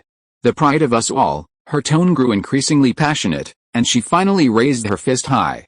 This gesture was immediately broadcast through the media to the American audience, and many were immediately inspired, raising their fists high and shouting, "Long live the giant dog god." The Chinese reporter interviewing the scene was much calmer and raised his hand to ask a question. "I would like to ask, how did the U.S. authorities confirm the existence of this giant dog god? In what era did the giant dog god operate, and what is its origin and history?" This question left the representative speechless. Regarding the shadow beast, the U.S. top brass knew nothing at all. To conceal the Hydra incident, they'd forced the title of giant dog god upon it, quickly convincing the world that the United States had a patron saint. But no matter how they planned, they couldn't conjure up a vast body of evidence and history. Aside from the name giant dog god, nothing about the shadowy beast remained a mystery. There was no way they could fabricate it. The representative, however, maintained a degree of composure and spoke calmly. "How we discovered the existence of this giant dog god is a state secret and cannot be disclosed for the time being. As for the time when the giant dog god lived, it was approximately several thousand years ago." Approximately. The Chinese reporter immediately seized on the flaw. If there's already definitive evidence, why use such a broad term as approximately? The representative's smile faltered, and anger raged within her. If this weren't a live press conference, she would have personally kicked the man out. If you're listening to this novel on a channel other than Fanfic World, it means they downloaded and uploaded it without effort. We cordially invite you to visit our channel, Mundo Fanfic Novelis. There you'll find the original version of this story, and you can explore many other novels of various genres. We're waiting for you to immerse yourself in a world of incredible novels. 163. Chapter 162. Lin Feng knows the origin of the giant dog god? 162. Does Lin Feng know the origins of the giant dog god? 2024-09-10. Author, Good Monster. Chapter 162. Does Lin Feng know the origins of the giant dog god? The Chinese reporter didn't even give her a chance to catch her breath, continuing her questioning. The existence of guardian gods is generally recorded, but after several discontinuities, most of the records have been lost, making them unknown to modern people. Excuse me, these ancient mythological records are thousands or even tens of thousands of years away from modern times. Why are they considered state secrets by the U.S. government? Could you explain in detail the reasons why the research evidence cannot be released for the time being? The representative's fake smile almost broke. In fact, the United States has only been established for a little over 200 years, and there haven't been any interruptions or loss of historical records in that time. So where did you get this sudden record of a patron saint? If, as you say, the patron saint existed thousands of years ago, then is it protecting this continent or the United States? The representative was surprised that the Chinese reporter present today had completely changed her usual modest and gentle demeanor and become so aggressive. She almost wanted to slap the words "you're lying" in her face. However, she had encountered this situation before and knew the corresponding response by heart. The female representative immediately took on an angry look. "Are you questioning our patron saint? Do you think that only China deserves a patron saint, and that other countries are unworthy?" With just 2 sentences, she immediately stirred hostility from every country except China. Thanks to the media's overwhelming propaganda, Americans had come to regard this giant dog deity as their spiritual faith. While people in other countries didn't share such deep feelings, China had its own patron saint, and the United States also had its own. Perhaps the next patron saint would appear in their country. Therefore, both groups supported the representative, and their expressions immediately darkened, their glances toward the Chinese reporter rather unkindly. The representative took note of everyone's expressions, his lips curling slightly. The U.S. government had considered the questions raised by the Chinese reporter. But under the horrific consequences of the Hydra incident being leaked and the government's complete loss of credibility, they had to unveil this giant dog god, even if they were completely unsure of its origins, title, or whether it was America's patron saint. If anyone dared to raise questions, they would be dealt with. The Chinese reporter, sensing the hostility around him, paused. He wasn't afraid of anything. He had China behind him, with 2 genuine patron saints. With such a strong backing, he felt confident in his words. He said calmly, "Before I left for this conference, I contacted the domestic media. They told me that Professor Lin Feng has concluded that this giant dog god has no connection to the United States, and isn't even called the giant dog god." These few words stirred up 1,000 waves. The reporter had clearly mentioned 2 words, Lin Feng. If anyone else had said these words, they would have immediately mocked him, perhaps even attacked him on the spot out of anger at the giant dog god's denial. But the name Lin Feng was different. His close relationship with the Chinese gods, his contributions to the moon landing program, and his ability to turn the tide when the Lenten incident seemed hopeless, each of these events had made this man practically a saint, his prestige comparable to that of a god. If he had said this, then people really needed to seriously consider the truth of the story. Many turned to look at the representative again, this time with a tinge of confusion and questioning. The representative panicked, having thought that appealing to patriotism would silence all doubts. Unexpectedly, this cunning reporter brought up Lin Feng. Besides worrying about a reversal of public opinion, the female representative was even more concerned. If Lin Feng had said that, did the giant dog god truly have no connection to the United States? Because there was no evidence, no trace, to prove the giant dog god's existence, it was a Schrodinger's equation that could be disproven or proven. The female representative knew she was fabricating, but she also held on to a glimmer of hope. What if it was true? What if? Everything has its ups and downs, right? But if Lin Feng said it wasn't true, then there was an 80–90% chance it wasn't. In a split second, the female representative was already sweating profusely. Just as she was stunned, her boss's angry voice rang through her earpiece. What are you standing there for? Are you trying to ruin such a crucial press conference? You're just insisting it's the giant dog god. Who the hell is Lin Feng? How dare a Chinese person dictate to our patron saint? The female representative, barely coming to her senses, put on an angry front and repeated her boss's instructions. Many still harbored doubts, but after hearing the female representative's resounding words, many rednecks immediately believed them without a second thought and began to shout. Yes, Lin Feng has close ties with the Chinese gods. What does that have to do with us Americans? Our giant dog god doesn't need a Chinese person telling him what to do. Long live the giant dog god who defends America and freedom. Anyone who talks nonsense will be torn to pieces by the reject dog god. Many reporters at the scene asked the Chinese reporter. Professor Lin Feng explained the origins of the giant dog god? What did he say specifically? Can you tell us? The Chinese reporter shook his head. Professor Lin Feng hasn't announced the origins of the giant dog god. He said he'll wait until next Tuesday's press conference to share everything he knows. The American reporters rolled their eyes at this, and the female representative, feeling emboldened, sneered. So it's just empty talk. You Chinese are a bit too arrogant. As for us having no evidence, aren't you also shouting without evidence? I think the Chinese are just getting cocky. They think they are so great just because they have two guardian gods. They're jealous when they see we have a giant dog god. I just can't believe a Chinese person could possibly know the history of our country. The representative's outburst was almost like a shrew, but the internet echoed the sentiment. Many reporters at the scene were also in a state of uncertainty, and no one raised a finger to refute. The Chinese reporter remained unmoved, calmly saying, yes or no, we'll know next Tuesday. His demeanor was so calm that many Americans watching the live broadcast were nervous. But even more rednecks remained furious. If you knew, why didn't you announce it right away? Why wait until next Tuesday?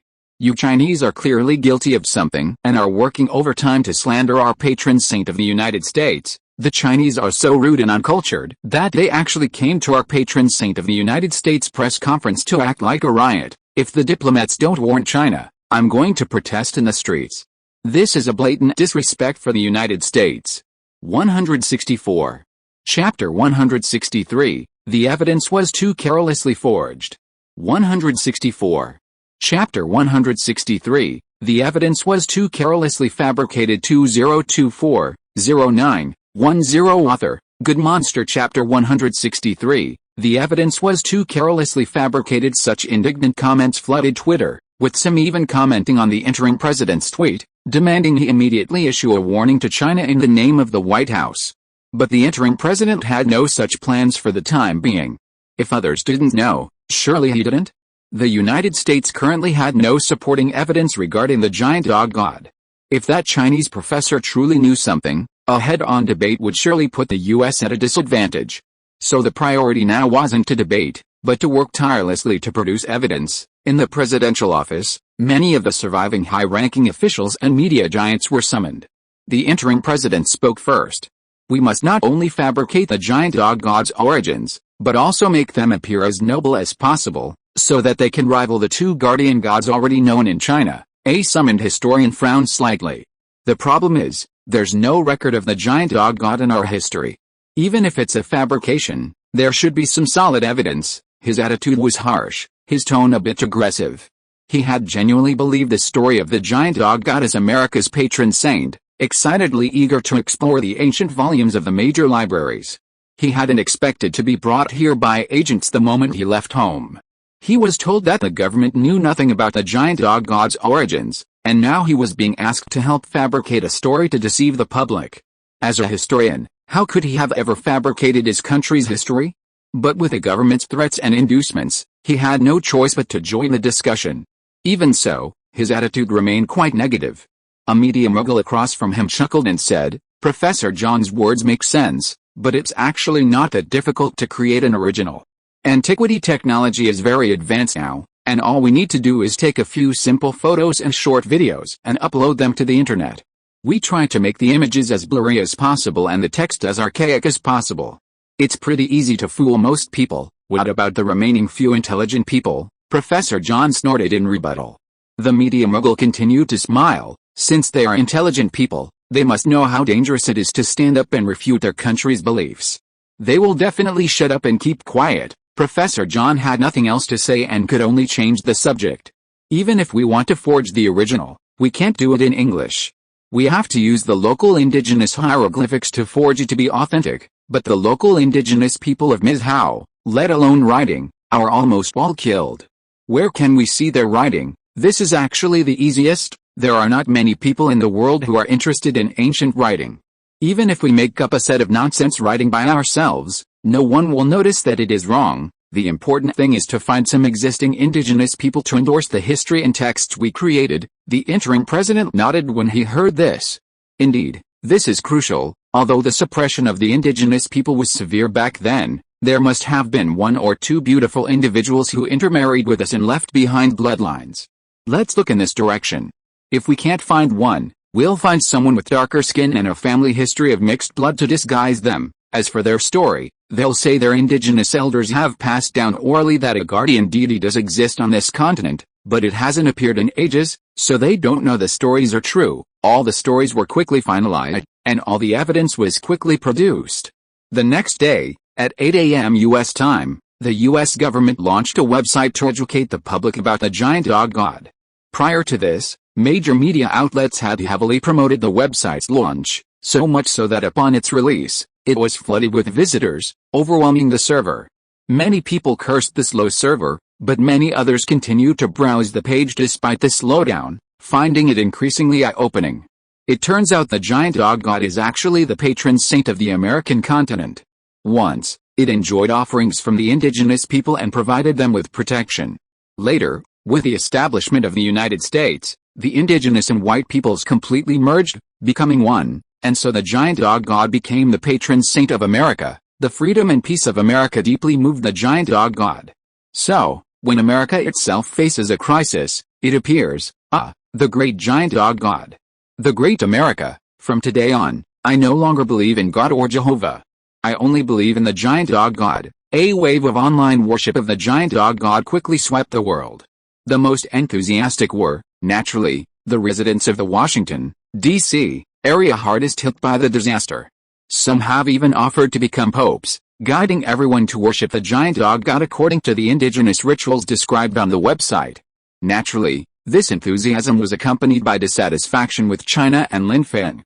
Previously, only China had a patron saint, and the relationship between the suddenly emerging giant dog god and the United States was unknown. Now that the government had confirmed the giant dog god as America's patron saint, countless American rednecks immediately felt their backs stiffened. So what if you don't have Sun Wukong and Yang Jian? We have the giant dog god. Our god is far more powerful than yours. Consequently, their fear of Lin Feng diminished, and their words became more brazen. Many netizens clamored that if Lin Feng dared say anything against the dog god, the government would have to declare war on China.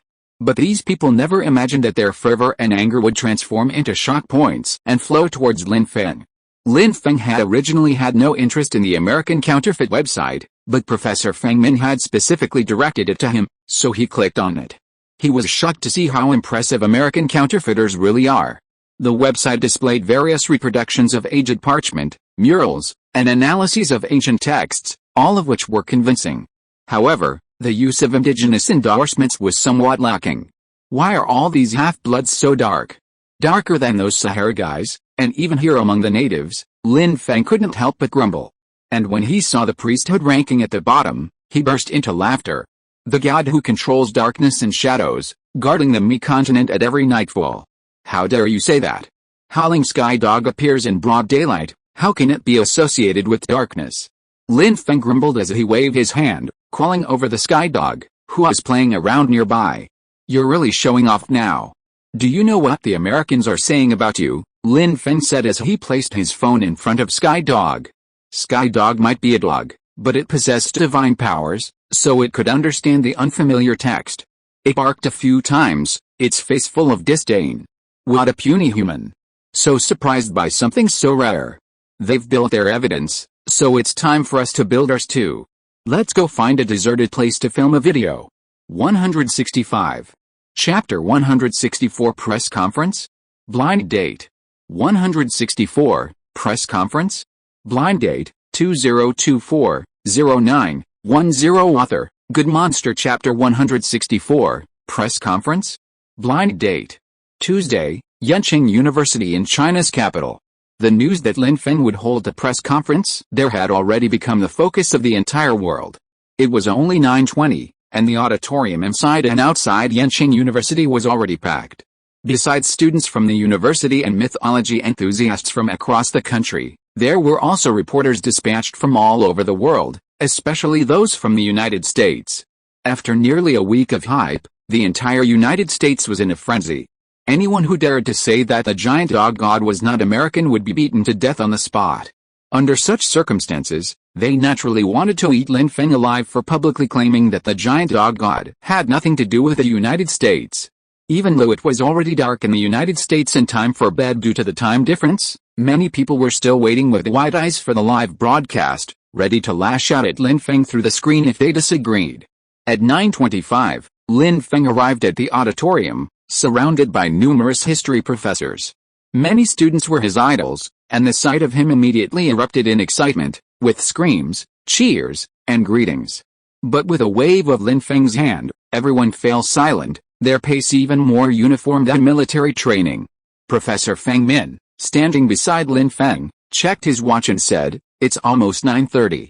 Let's take our seats." Lin Feng nodded calmly, took the center seat, and announced the start of the press conference.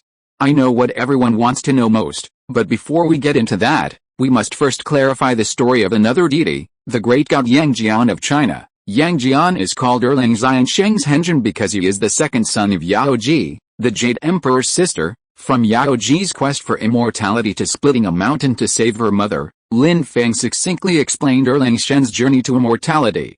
He then recounted some of Erlang Shen's deeds after his ascension, focusing on his battle with son Wukong. He didn't deliberately use any twists and turns to whet the audience's appetite, but Yang Jian's experience alone was enough to make everyone yearn for it. Even the American reporter, who was deliberately trying to stir up trouble and steer the conversation towards the giant dog god, was somewhat captivated. After finishing his account of Yang Jian's story, Lin Feng said to the crowd, "Now you can ask questions freely. Feel free to ask anything about the great god Yang Jian." The American reporter, barely recovering from his shock, was about to ask about the giant dog god, but the Chinese reporter beat him to the punch. Professor Lin Feng, currently, China has two patron saints, Sun Wukong and Yang Jian. However, only Yang Jian appeared during the London crisis. I wonder if this is because Yang Jian is closer to humans. Also, I noticed when you were describing Yang Jian's life, you mentioned that his father was an ordinary human. Could this be one of the reasons he's so concerned about humanity's fate? Lin Feng smiled and nodded. You have a keen eye for detail. Indeed, if we had to choose the deity closest to humans and most willing to protect them, Yang Jian would definitely be the first choice, because he does have mortal blood in his veins. Not only that, his sister is also a deity willing to protect humans. This is all related to their life stories. As he finished speaking, another person raised their hand. This was a historian who studies Western mythology. Professor Lin, do all children born from the union of gods and humans possess divine powers? Yang Jian and his sister are both gods, but what about his brother? If his brother hadn't died, Could he have become a god? Lin Feng continued to smile. In fact, the possibility is very high. In Chinese mythology, bloodline inheritance has always been a key concept. Not only Yang Jian and his sister, but even Yang Jian's sister's son inherited their mother's divine power to a certain extent. Based on this data, it's roughly confirmed that divine power can be inherited through bloodline. However, the exact amount inherited, and the ultimate level of divine power and status achieved, are not entirely determined by genetics. The historian's eyes lit up. The others were also excited. If the offspring of a marriage between gods and humans also possessed divine powers, wouldn't it mean the relationship between the two was very close? There was certainly the possibility of even closer ties in the future. Lin Feng was clearly aware that the looks of many female viewers immediately changed. A female reporter immediately raised her hand and asked, "Professor Lin Feng, has the great god Yang Jian ever been married? Was his partner a god or a human? Today, would he be open to marrying an ordinary person? What type of woman does he prefer?" The questions grew increasingly blunt, and Lin Feng, unable to bear it any longer, quickly called a halt. These kinds of questions involve the great god Yang Jian's privacy, so I won't answer them. Let's move on to the next section. If this continues, the press conference will turn into a blind date. As soon as Lin Feng finished speaking, a question, spoken in somewhat unstandard Mandarin, rang out. "Professor Lin Feng, you said earlier that you knew the origins of the giant dog god. Could you please tell us more about him now?" Everyone fell silent, save for the clatter of cameras. Lin Feng wasn't surprised at all. How could the US miss out on this press conference? After all, thanks to their collaborative efforts, Roaring Sky Dog had become a global presence. The so-called giant dog god had become almost a totem that held the US together. If it weren't for this, the blow his next words would have dealt to the US might not have been so severe. As he thought about it, a hint of playfulness darkened his smile. "Oh, you mean that dog?" The American reporter was immediately enraged. "It's our American god. Professor Lin Feng, if you're a cultured and well-educated person, please respect our gods. If you continue to slander our gods in public like this, I have the right to file a complaint with the relevant authorities." The audience watching the live broadcast were also confused by Lin Feng's attitude. Did they hear it wrong? Why did Lin Feng refer to the American god in such a nonchalant manner?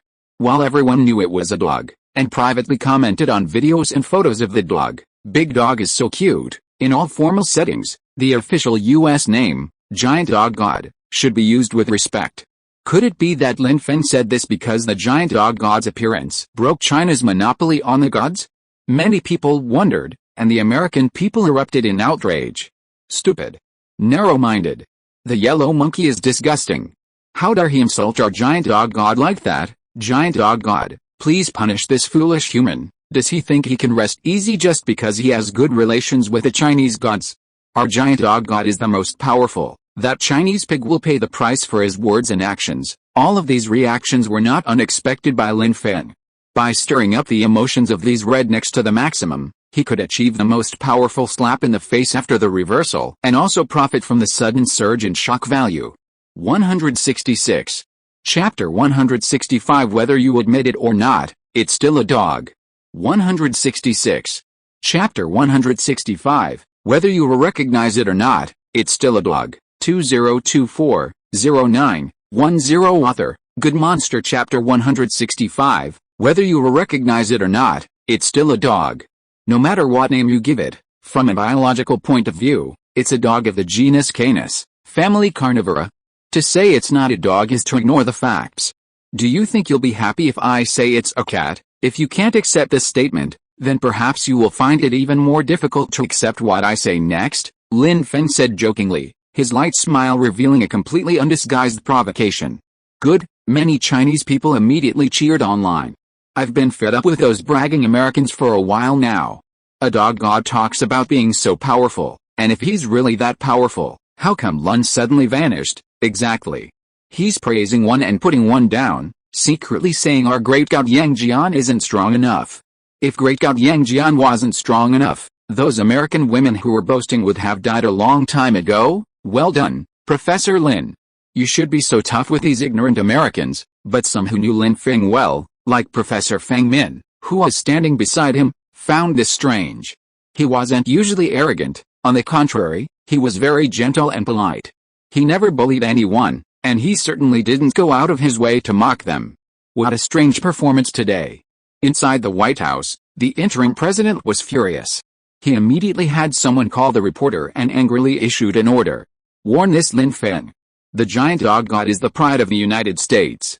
He must apologize immediately. He had originally sent someone to test the waters, fearing that Lin Feng truly knew the giant dog god's origins. He hadn't expected Lin Feng to be so arrogant, mocking him live before hundreds of millions of viewers. If he continued to tolerate this, where would America's prestige be? Receiving his orders, the reporter immediately raised his head and addressed Lin Feng. Professor Lin, your words have aroused the unanimous outrage of the entire United States. You must apologize immediately for your inappropriate remarks about the giant dog god. Otherwise, the United States would rather go to war with China than tolerate such insults. Remember that every word you say interferes with the relationship between China and the United States. If you don't take responsibility for your actions today, you will regret your decision tomorrow. The American reporter spoke with increasing righteousness, but Lin Feng simply scoffed. You named it the giant dog god, yet you deny others the biological name of dog. It's true that you Americans are the type to let officials set fires, but not allow ordinary people to light lamps. But what I'm saying is that this so-called giant dog god is just a dog, no different from a domesticated pet. Everyone in the audience and those watching the live stream scratched their ears in disbelief, wondering if they'd misheard. Lin Feng actually used the word pet in conjunction with the giant dog god. This was an insult to America's patron saint. For a moment, the entire audience fell silent. Even the Chinese official was confused by this statement, but noticing the camera panning in their direction, he immediately gestured in support of Lin Feng. Regardless of what Lin Feng said or did, the US propaganda last week was clear for all to see. Using their own great god Yang Jian to promote the giant dog god, a covert and overt attack, had long been a source of irritation for the Chinese authorities, who had intended to use this press conference to strike back. Unexpectedly, before they could even execute their prepared moves, Lin Feng flashed and unleashed his ultimate. What could they say? All they could do was shout, "Great job! You've done a great job." The American reporter, feeling deceived, was full of words demanding the live stream be muted. But before he could utter any more profanity, his phone suddenly rang. He answered the call, and after a few words from the other end, the reporter's scowl vanished, replaced by a smug smile. Professor Lin, I told you, your words and actions have aroused the unanimous outrage of the entire American nation, and now the president has issued an order. If you don't apologize and provide a reasonable explanation for your words and actions, we Americans will deem you a deliberate challenge to the majesty of the giant dog god, the majesty of the United States. Professor Lin, you don't want to see war between the United States and China, do you? Hearing this, all the Chinese people were outraged. Some of them had indeed felt that Lin Feng's words were a bit extreme, and logically speaking, they were not wrong. The United States named the deity the giant dog god. Doesn't that mean it's actually a dog? You call it a dog, but you don't allow others to call it a dog? Just because someone called it a dog, you're going to go to war? You Americans really can't afford that. No problem, we Chinese can. Someone immediately shouted, so what if we start a war? Are we Chinese still afraid of a fight? It seems we didn't defeat you in 1953, and you still want to mess with your Chinese military. The Chinese have never been afraid of a fight. If you Americans dare to use it, we dare to fight back. Many Chinese stood up to support Lin Feng, and the situation instantly became tense. The American reporters were terrified, their palms sweating. You calm down. The US is just issuing a reasonable warning. Lin Feng raised an eyebrow and smiled. Using war as a warning? You Americans really have a lot of power. Seeing his fearlessness, the American reporter's anger, which had just been suppressed by fear, began to rise again. No matter what, you were the first to insult our gods. You challenged America's dignity. If war does break out, it will be entirely your fault. Lin Feng couldn't help but sneer again. I told you you wouldn't listen to the truth. He pressed a button, and a video immediately lit up on the screen. Two people appeared in the video, Lin Feng and Yang Jian. Great God, Yang Jian! Great God, Yang Jian is actually talking to Professor Lin Feng. Professor Lin truly has a close relationship with the gods. In the video, Lin Feng and Yang Jian were talking, but normally, their mouth movements were so subtle that no one could discern what they were saying. However, judging by the video, it appeared that Lin Feng was exercising Yang Jian in a specially constructed arena, testing his punching power. Yang Jian walked over to the punching force meter and threw a light punch, seemingly without much force, before the machine broke down and began to smoke. The audience watched in amazement. I think great God, Yang Jian only hit me in the head, and the machine actually broke. This machine is incredibly fragile. Don't blame the machine. It's used to measure the strength of special forces. Even if an ordinary person hit it with all their might, it might not even make a sound. For a mortal god to hide him like this with one punch. I can only say that there is a difference between gods and humans. Please adjust your frame of reference. Especially great God Yang Jian, we humans use this for our own entertainment, so please don't try to attack us. The video continued to play, and the scene that appeared was even more shocking. Lin Feng and Yang Jian were actually walking arm in arm in the wild. 167. Chapter 166 Lin Feng and Yang Jian eat barbecue together. 167. Chapter 166 Lin Feng and Yang Jian eat barbecue together 2024-09-10 Author, Good Monster Chapter 166 Lin Feng and Yang Jian eat barbecue together. The great master Yang Jian directly took Lin Feng's arm and flew all over the country, the two of them wandering around snack stalls all over the country. The great master Yang Jian was responsible for taking the two of them directly, while Professor Lin Feng was responsible for buying snacks. After buying snacks, the two of them ate barbecue while riding the wind. In just a few minutes, it seemed like they had traveled all over the world.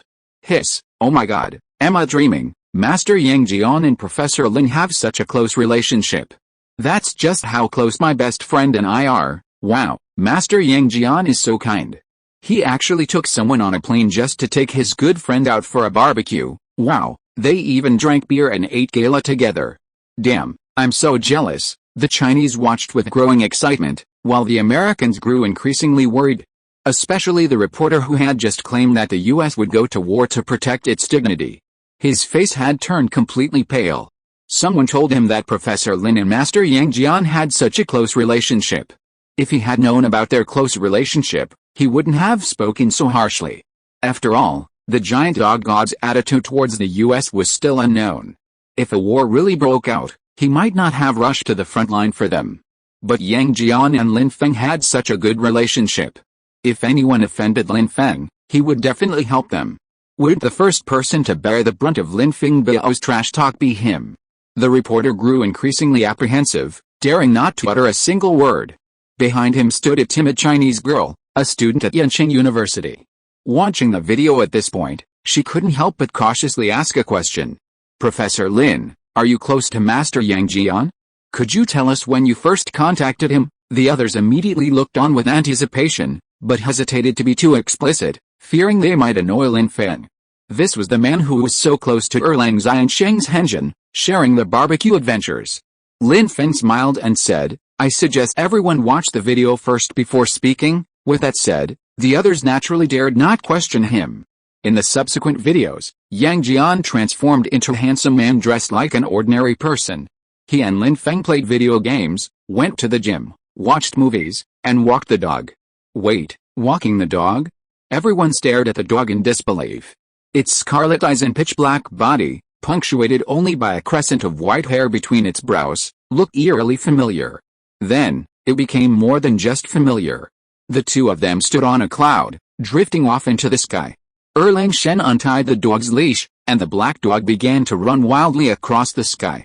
As it ran, its size suddenly grew, its form undergoing a strange transformation. As it shifted, it transformed into the form everyone had known so well last week. Giant. Dog. God. In that instant, every American was Spartan, and every Chinese was stunned. They stared in amazement as the shadowy beast stretched and morphed across the sky, wantonly obscuring the sunlight. After a few minutes, it transformed back into its original black form, happily running towards Erlang Shen, its slender head nuzzling his hand affectionately. Its tongue lolling out and panting for caress. It looked like a pet. No, it was a pet. Many people belatedly recalled Lin Feng's words, finally understanding why he had spoken so confidently, even with a hint of disdain in his tone. It turned out he had known all along that the black beast was truly just a pet. The giant dog god, the god who ruled the night, was nothing more than Erlang Shen's dog. The video continued, showing Yang Jian and Lin Feng walking the black dog around the sky. Occasionally, They would fetch a massive stone half a man's height and toss it for the black dog to catch, like a frisbee. The black dog's bite force was truly astonishing, crunching even the hardest marble with one bite. Many were still stunned by the fact that the giant dog god was Yang Jian's pet, but some gradually began to understand. If the so-called giant dog god was actually Yang Jian's dog, then it should be a Chinese deity. How could it be connected to the United States? For the past week, the American website dedicated to the giant dog god has been updating new information almost daily. Written records, murals, and oral stories told by indigenous peoples, all of this information was plausible. Precisely because of its apparent authenticity, many people believe the US government's claims. But now, they've suddenly realized it was a complete hoax. The website for the so-called giant dog god is rife with fabrications. People around the world are outraged by the US's fabrications, but Americans are the most furious. It's okay for people in other countries to be deceived, they don't lose anything, after all. But they've truly been ripped off by their own country. Over the past week, the US has been embroiled in countless jokes online and in real life due to its superstitious belief in the giant dog god. Many American rednecks, convinced that the giant dog god is the most powerful deity in the world, have engaged in over 800 Twitter exchanges with foreigners, especially Chinese, who question this. They're even staying up late to watch Chinese live broadcasts, ready to pick up their keyboards to defend the giant dog god and the dignity of the US. And now they're being told that the giant dog god they're defending is actually a dog owned by a Chinese deity. Pulling up all night just to watch this. Immediately, angry citizens called the White House, unleashing a barrage of Zwan attacks that stunned even the secretary. The interim US president was now deeply regretting his decision. He'd already felt some regret the moment Yang Jian's image appeared in the video. He'd known there must be some strange connection between Lin Feng and the gods, but he hadn't expected it to be so close, so intimate. After all, they'd been eating barbecue together and walking the dog together. Only close friends would do that, right? This meant Lin Feng's origins were even more mysterious than they'd imagined, and the power and knowledge he possessed were far greater and richer than they'd imagined. Such a person should never be offended. The president was about to contact the reporter again, asking him to soften his words and try to appease Lin Feng. But before he could even finish his call, the video revealed something even more shocking. Anyone with eyes could tell the so-called giant dog god was actually this dog. But some people were determined to resist. Perhaps the giant dog god and the dog beside Yang Jian are only related by blood. Even if they are related by blood, but they are not the same dog, then this dog is Yang Jian's pet. How high can the giant dog god's status be? 168. Chapter 167 is too low. 168. Chapter 167 is too low. 2024-09-10 Author, Good Monster. Chapter 167 is too low. Silence. Silence is the San Francisco Bridge tonight. No matter how argumentative a person is, he has nothing to say in front of this fact. The video played to the end, and it was frozen at the scene where the black dog was wagging its tail while Yang Jian was looking at him. Many Americans didn't want to watch it anymore. They knew that no one would notice them through the screen, but they still covered their faces and turned their heads away. Lin Feng spoke at this time. I believe everyone has seen that the appearance of the dog in the video and the skills it displayed are very similar to the giant dog god promoted in the United States this week. He shot the video yesterday. He used the shock value to exchange for the clone skill. He split himself and then transformed into Yang Jian. The two selves walked Roaring Sky Dog together. The video was shot in less than half an hour. From beginning to end, aside from the fast forwarding, there's no trace of manipulation. Even the most elite authentication agencies would declare this video 100% authentic. Even if the US produced countless ancient texts and murals, or even found countless half-blooded natives, they couldn't match the weight of this video. And I can responsibly assure you, it's not a resemblance, but an identity. The giant dog god is this black dog, but its name isn't the giant dog god. In Chinese mythology, it's called Howling Sky Dog. Howling, Sky, Dog. Many people pondered these three words, especially the Chinese people. I have to say, this name is much more fitting than giant dog god. It's precisely in keeping with the Chinese people's unwavering faith in fate, our unwavering commitment to struggle, and our refusal to bow to authority. Lin Feng continued, what happened a week ago was that the United States suddenly encountered a minor problem. The scale of this minor problem was measured by the power of the great god Yang Jian. The Americans were powerless to save themselves, and the great god Yang Jian felt it was too futile to use a sledgehammer to crush a chicken, so he let his pet, the American reporter, knowing he was in the wrong after watching the video, had initially intended to endure it, but the word pet still irritated him. Please respect the giant dog god's achievements and don't call him pet, Lin Feng sneered, unconcerned. Why would you, America, go to war just because I call him pet? The American reporter was speechless. The president had just quietly texted him again, asking him to stop his harsh words about war. The giant dog god is Yang Jian's pet. If war breaks out, the American people will be beaten by the very same giant dog god they worship. Isn't that just humiliating? Seeing the American reporters afraid to speak, all the Chinese shared Lin Feng's inward sneer. You were all shouting before, but now you're scared, huh? You cowards. I have to say, Professor Lin Feng's counterattack is truly impressive. I've been suffocating since seeing the great Yang Jian being vilified last week, and now I'm finally letting it out. Not only am I letting it out, I'm even relieved. Professor Lin, you've done a great job. You've pissed off those white-collared people. The American reporters were terrified, but Lin Feng's smile softened slightly. This press conference was a premeditated punishment for the Americans. But if the Americans really started to believe in the roaring sky dog, it wouldn't be a bad thing for him. It wouldn't be worth it to hit them too hard, turning them from haters to fans. Lin Feng smiled and said, actually, I completely understand Americans' devotion to roaring sky dog, although he's the pet of the great god Yang Jian. Don't forget that he's incredibly skilled. Even in the prehistoric world, how could his beloved pet be weak? During the Washington, D.C. terrorist attack, roaring sky dog's prowess was evident to all. I'm not trying to discredit the American people, I just feel the truth deserves to be known. Besides, roaring sky dog is a truly adorable dog. He played another video. It showed roaring sky dog circling Yang Jian and Lin Feng, rubbing against them, even lying on their laps, belly up, purring, its dark eyes filled with pleading and ingratiation. But Yang Jian remained unmoved. Lin Feng, on the other hand, smiled. No more. You may be a god, but you're still a dog after all.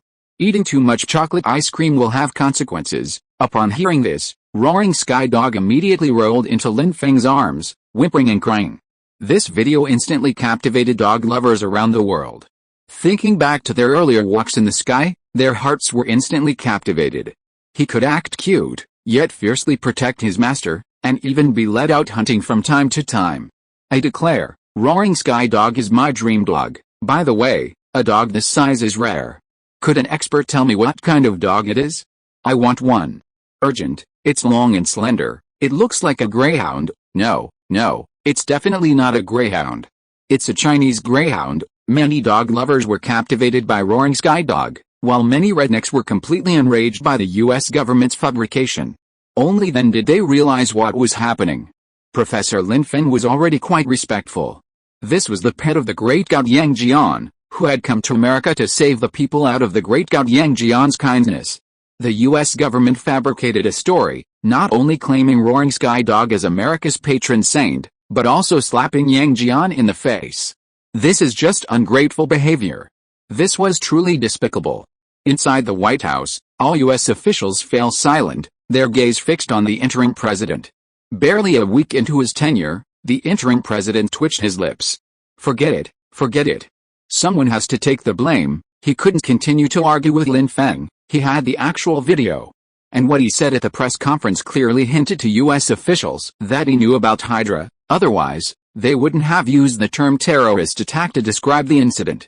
What was the reason for all the publicity surrounding this giant dog god? Besides competing with China, it was to conceal the Hydra incident and prevent a loss of public morale. Lin Feng's grip on this matter held a powerful advantage over them, and they had no choice but to bow their heads.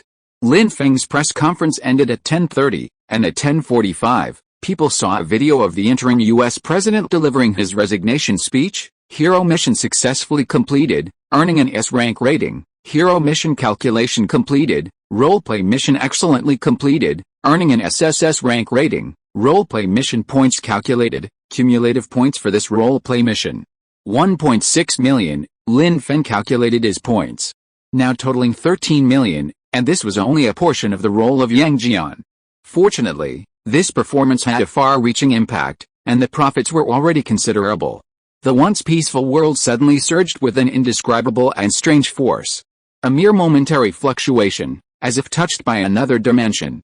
Could this feeling be the appearance of a forgotten boss? This dark force must be Dormammu, the Lord of Darkness with a twisted face. A flash of inspiration struck Lin Feng, and he suddenly realized what he had missed. He slapped his forehead, realizing he had indeed forgotten this powerful opponent. According to the timeline, Stephen Strange should have already embarked on a quest to find the Ancient One. The Ancient One had secretly stolen a dark power, forbidding Caecilius and his companions from accessing it.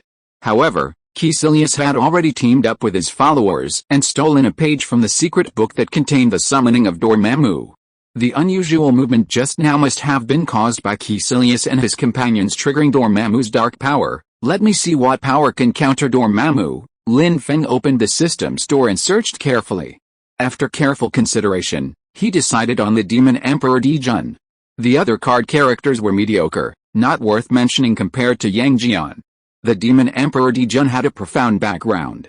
As a golden crow, he was an innate being. His power is the perfect weapon against dark entities like Dormammu. The power of the golden crow is righteous and unyielding, the purest and most yang. Dormammu's darkness, in the final analysis, is only a fraction of the shadowy realm, not yet reaching the ultimate yin. If Changxi, Wangshu, and the Tai true immortals of the moon were present, Dormammu would face the true yin's ultimate form. System, please redeem the C rank card for Demon Emperor Dijun. Lin Feng's mind was made up, no longer hesitating. The system prompts, 1 million points have been successfully deducted. The card has been sent to your backpack. Please check it. Lin Feng opened his backpack and activated the C rank card for Demon Emperor Dijun. With the intention of trying it out, he retrieved Demon Emperor Dijun's battle robe from the mall. As soon as Lin Feng donned the robe and appeared in Chinese airspace, a myriad of golden rays shone, eclipsing even the sun's brilliance. It was as if two suns appeared in the sky.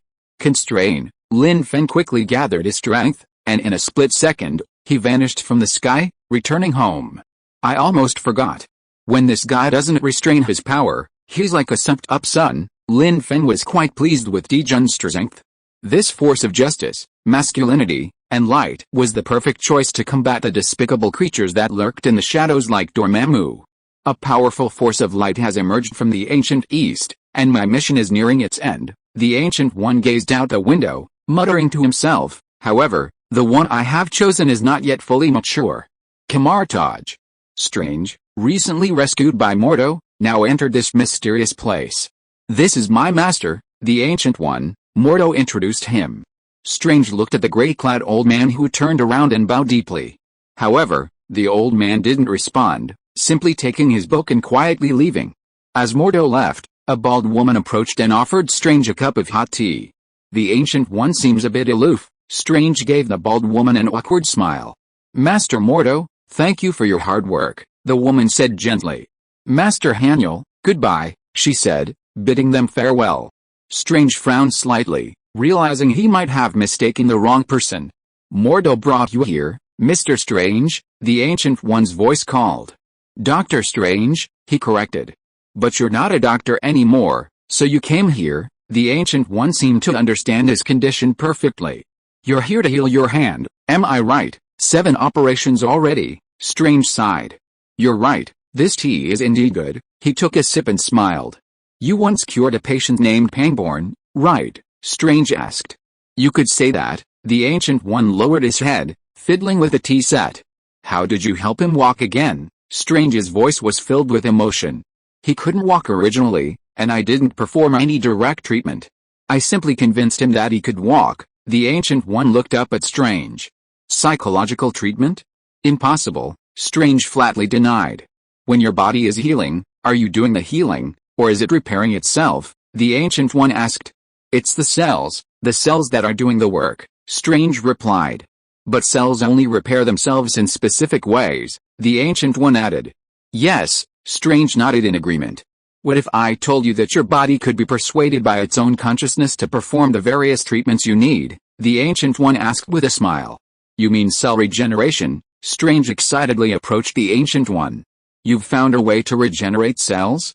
This is cutting-edge medical technology. Is it because there's no medical association oversight here? A glint of hope flickered in his eyes.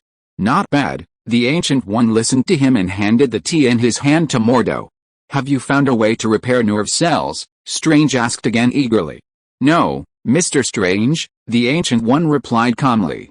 I simply have a way for you to use your soul to heal your body. She approached Strange and looked deeply into his eyes.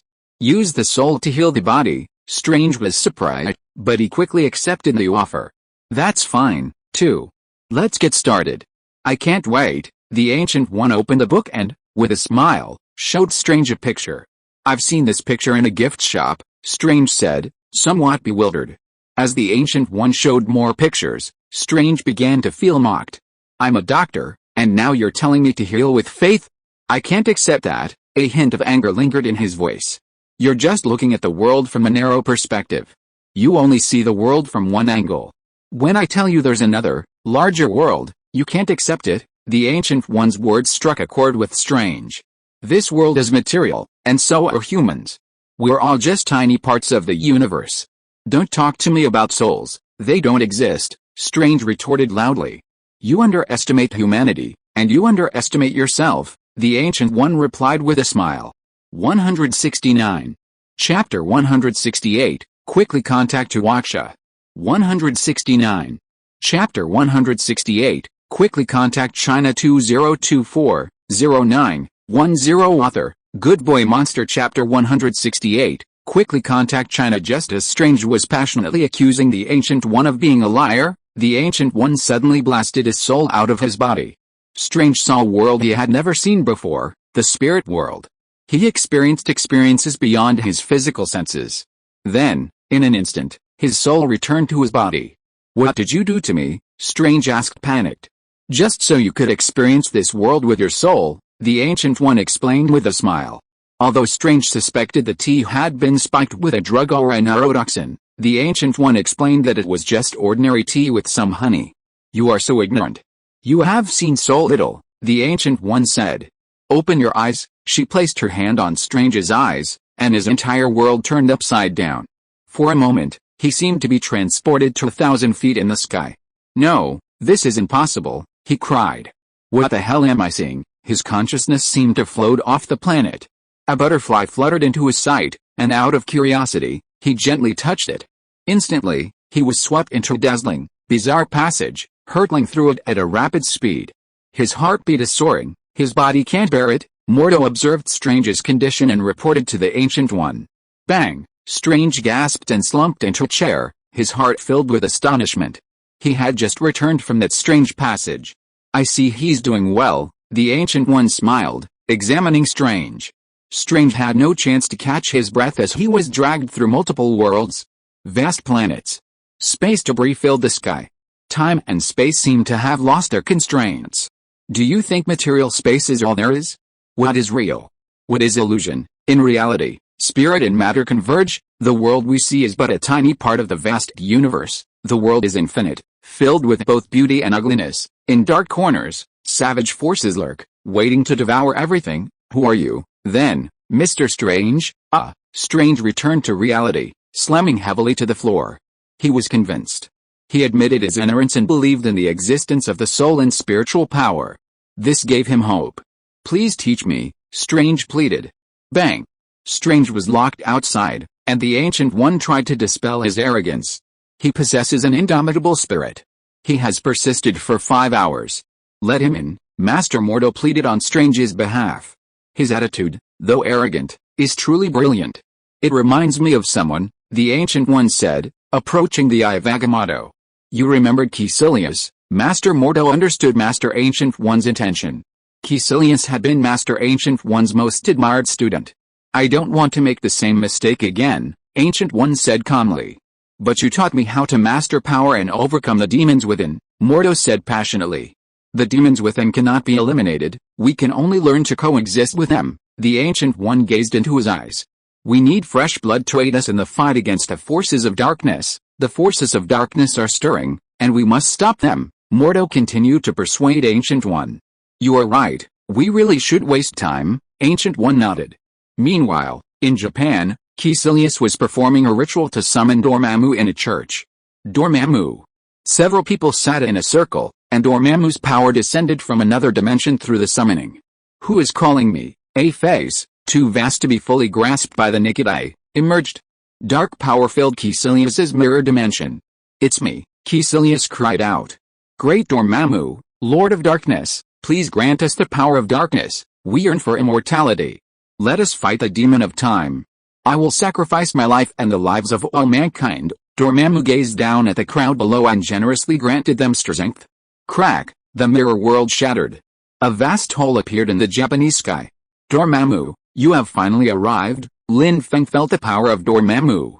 Over the Japanese capital, dark clouds gathered, lightning and thunder roared. Space gradually twisted and slowly cracked, revealing a portion of Dormammu's massive form. Dark energy quietly flowed into this world, bringing with it an indescribable sense of oppression. The crack expanded rapidly, as if gathering destructive power, ready to tear space apart completely. Dormammu's arrival was imminent. The Japanese people and government officials were all shocked by this unusual phenomenon. This is a rift in another dimension, tearing our world apart. This terrifying power, I sense of deep evil, is this connected to the visions that appeared above London? People were filled with confusion and fear. The top leaders of the Japanese government had already begun appealing to China for assistance. This crisis is more serious than the London incident. We must seek help. Quickly, contact the Chinese leaders. We need their support, and whatever conditions they offer, we must accept. Faced with this unimaginable disaster, the Japanese leaders were completely distraught. They knew it was beyond the capacity of human civilization to cope. Now, they placed all their hopes on the gods of China, hoping that the great god Yangjian would descend and save their capital from the scourge.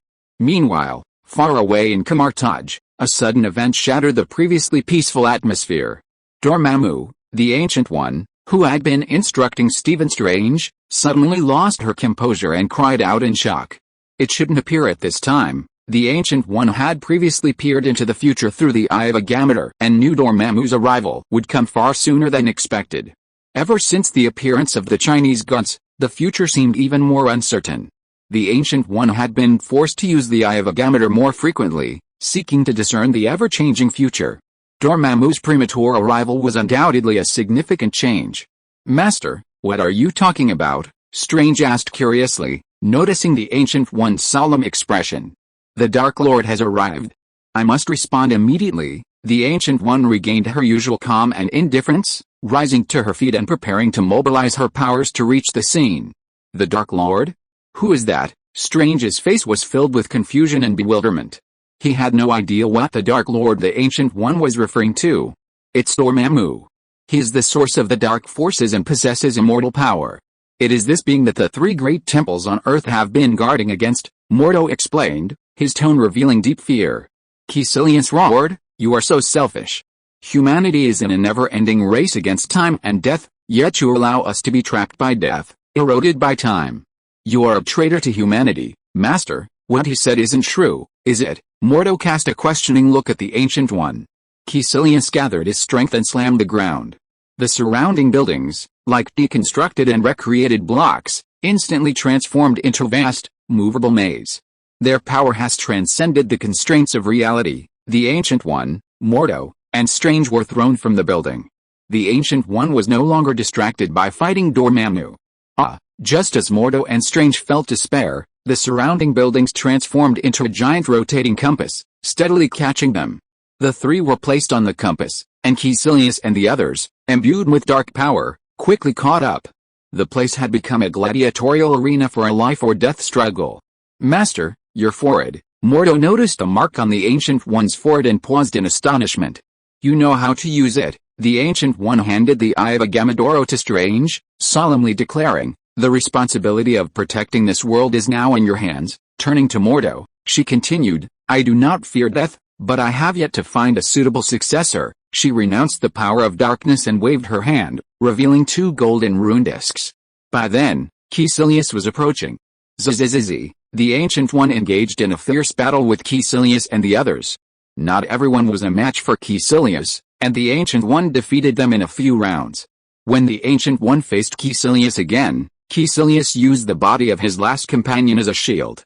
Puchzy, an invisible blade pierced the Ancient One's body, and she fell heavily to the top of a tall building. "How foolish," Caecilius said coldly, glancing at the Ancient One's dead body. "No one can stop Master Dormammu now. Darkness is about to engulf this world. Mordo, watch him.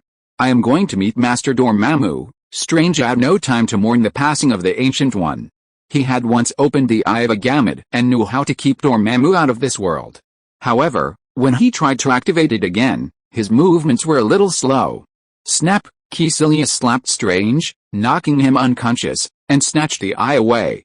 Without it, no one in this world can stop Master Dormammu. He smashed the Eye of Agamid, shattering it into the rubble.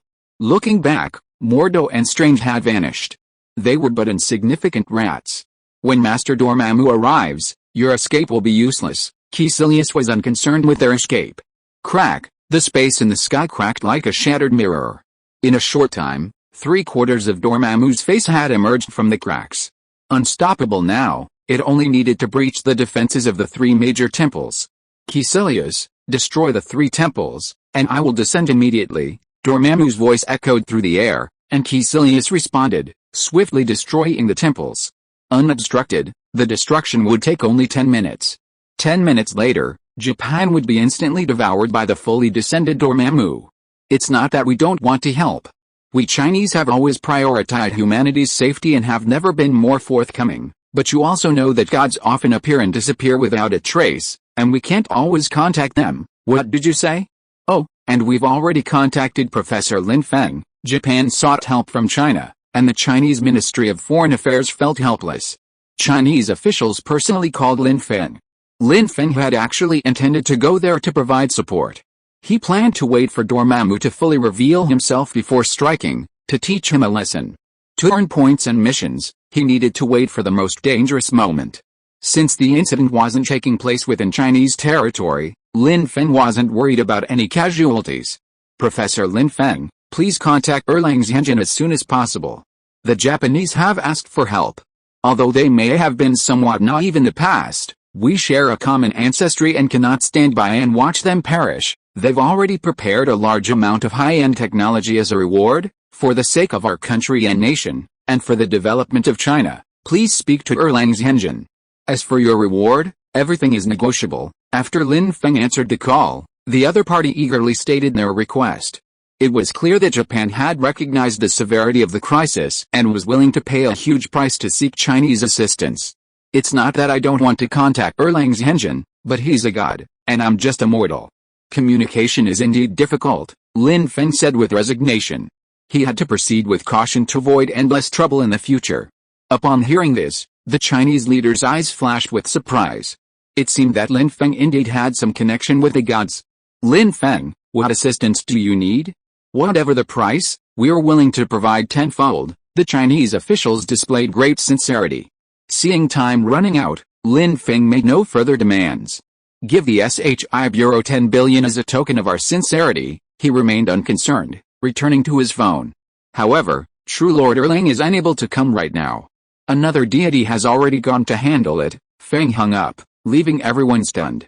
"Zheng San, what should we do now?" the short, middle-aged man from the Japanese embassy asked Zheng Xian anxiously. Zheng Xian had just spoken with Lin Feng, and their mutual acquaintance had contributed to Lin Feng's readily agreed agreement. Zheng Xian was stunned, for the anomalous phenomenon over Japan was twice as intense as elsewhere and continued to spread.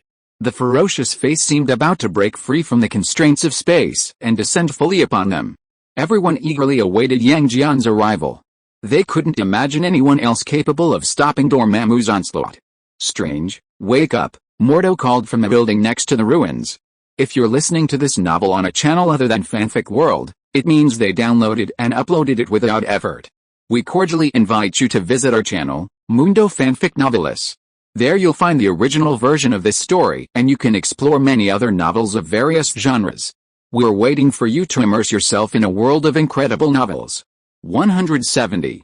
Chapter 169 I Want the Best Killer in the World. 170. Chapter 169 I Want the Best Killer in the World. 2024-09-10 Author, Good Monster. Chapter 169 I Want the Best Killer in the World. Strange rubbed his dizzy head. "I was knocked unconscious just now. Where is the Eye of Agamid?" I know how to stop Dormammu. He looked around anxiously. It's useless. The Eye of Agamemnon has been destroyed, and Dormammu is about to come. Mordo gave a bitter smile. We were all deceived by the teacher. She violated the laws of Camartage. The world will be destroyed because of this. No, Mordo, I did deceive you, but the world will not be destroyed because of this. The voice of the Ancient One suddenly sounded, and the two looked at each other in surprise. The Ancient One's body was translucent and looked extremely weak. I am about to die, but death is not scary to me, she narrated calmly. Humanity will eventually face death. There's no need to grieve. She looked at the two men lovingly, placing her hand gently on their heads. I need your help. The Eye of Agamotto is gone. We've been defeated, Master. Dormammu is about to descend, and it's too late. Mordo smiled bitterly through his tears. Master, you must have another way. Strange still held out hope. I sense a powerful force of light approaching, but it may not be enough to repel Dormammu. I need you to harness the power of the Eye of Agamotto to aid him, but the Eye of Agamotto is destroyed. Strange frowned. Child, no power in this world can truly destroy it. It's simply lost its protective shell. The Ancient One pointed to the ruins. It's down there, waiting to be discovered. Strange peered through the rubble and saw the Eye of Agamotto, gleaming mysteriously within. I found it. Go, child. This world is in your hands. The Ancient One patted Strange's shoulder gently and vanished, her body devoid of any sign of life. Strange knew what this meant, but he had no time to mourn. Mordo, let's retrieve the Eye of Agamotto. As the two rushed toward the ruins, Caecilius destroyed the last of the temples. As the temples crumbled, Dormammu felt no resistance. This world can no longer stop me. But then, a brilliant golden light pierced the gloomy sky, dispelling all darkness. Dormammu's towering form raged over the Japanese capital, but illuminated by this golden light, he sensed a power that awed him. The Eye of Agamotto is destroyed. We have no chance of victory, Master. Dormammu is about to descend, and it's probably too late. Mordo smiled wryly, tears in his eyes. Master, you have a plan. Strange didn't despair. He still had faith in the Ancient One. I sense a powerful force of light approaching, but its power is insufficient to repel Dormammu. I need you to harness the power of the Eye of Agamotto and fight alongside him. The Ancient One had a plan in mind. She hoped Lin Feng would stop Dormammu while Strange used the Eye of Agamotto to expel him. But the Eye of Agamotto is gone, Strange said doubtfully. Child, this world's power cannot truly destroy it. It has simply lost its protective shell, the Ancient One explained, pointing to the ruins. It lies beneath the rubble, waiting to be discovered. Strange's gaze pierced through the layers of rubble and saw the time stone, gleaming green. I have found it, he said, eyes wide. Go, child. The fate of this world rests in your hands. The Ancient One gently stroked Strange's head, offering him encouragement and strength. Then, her figure faded. Her life force fading with it. Strange understood what this meant, but he had no time to mourn. Mordo, we must find the Eye of Agamotto, he said urgently. However, just as they rushed toward the ruins, Caecilius destroyed the last of the temples. With the temple's collapse, Dormammu felt a sense of unprecedented freedom. This world can no longer hold me back. A sinister grin spread across Dormammu's massive face, and he calmly pulled his massive form out of the chasm. What a vibrant and delicious world! Dormammu gazed greedily at the world, but his smile suddenly froze. Wait, why is there an unpleasant force approaching? Golden light pierced the gloomy sky, dispelling all darkness. The sky, once shrouded in darkness, was once again illuminated. Dormammu's massive form wreaked havoc over the Japanese capital, but the golden light made him feel a threat he had never felt before. The surviving Japanese looked up at the sky, their eyes filled with despair. But at that moment, a cry of exclamation echoed through the heavens. What a massive black snail! The demon emperor, Dijun, clad in the magnificent attire of an emperor, clutching the mysterious river map in Luoshu, exuded immense majesty. He no longer suppressed his powerful aura, and the righteous and luminous power emanating from the golden crow perfectly countered Dormammu. Under the dazzling light, Dormammu's form seemed limp, his strength seemingly diminished. Who is so bold as to challenge the Lord of Darkness with his evil power? Dormammu's massive face roared in the sky, a deafening roar. I am Dijun, Dijun replied calmly. With each word, the golden light grew more intense, as if threatening to bring endless light to the world. However, at this moment, he could only mobilize 1/1000th of his strength. Though the golden light shone, It could not unleash the full might of the Golden Crow. Otherwise, he would surely lead the Golden Crow's power into Dormammu's world, completely vaporizing it. Now, Lin Feng could only rely on the light emanating from the Golden Crow's true solar flame to fight his enemy. "You're like a snail, barely poking its head out of its shell," Dijun twined. "You lowly microbe, I'm a congenital being born from the Fusang tree. Even the Demon Kings dare not call themselves the Lord of Light. How dare you, a demon who hasn't even achieved the golden body, claim to be the Lord of Darkness?" Dormammu was speechless at these words. For a long time, it had been feared, helpless against by all worlds, even seen as a symbol of disaster and doom. The lineage of the supreme sorcerer could only rely on the Eye of Agamotto to resist it. Yet, now, it was being despised by a human radiating golden light, a feeling that made it extremely uncomfortable. "Who are you? Are you also human?" Dormammu asked doubtfully. It sensed that if Dijun completely pulled his body into the real world, while his power would be restrained, it might not be a match for him. "I am the Demon King. You can consider me China's deity," Lin Feng's voice echoed throughout Japan. At that moment, the world realized that China had given birth to a new deity. China actually has a deity? This Dijun, known as the Demon King, looks truly majestic. Since the Demon King exists, doesn't that mean there are still a host of gods who have yet to be revealed? Why doesn't our country have such a deity? China already has the great god Yang Jian, so aren't they satisfied? Countless discussions erupted online, and the Chinese people were particularly excited.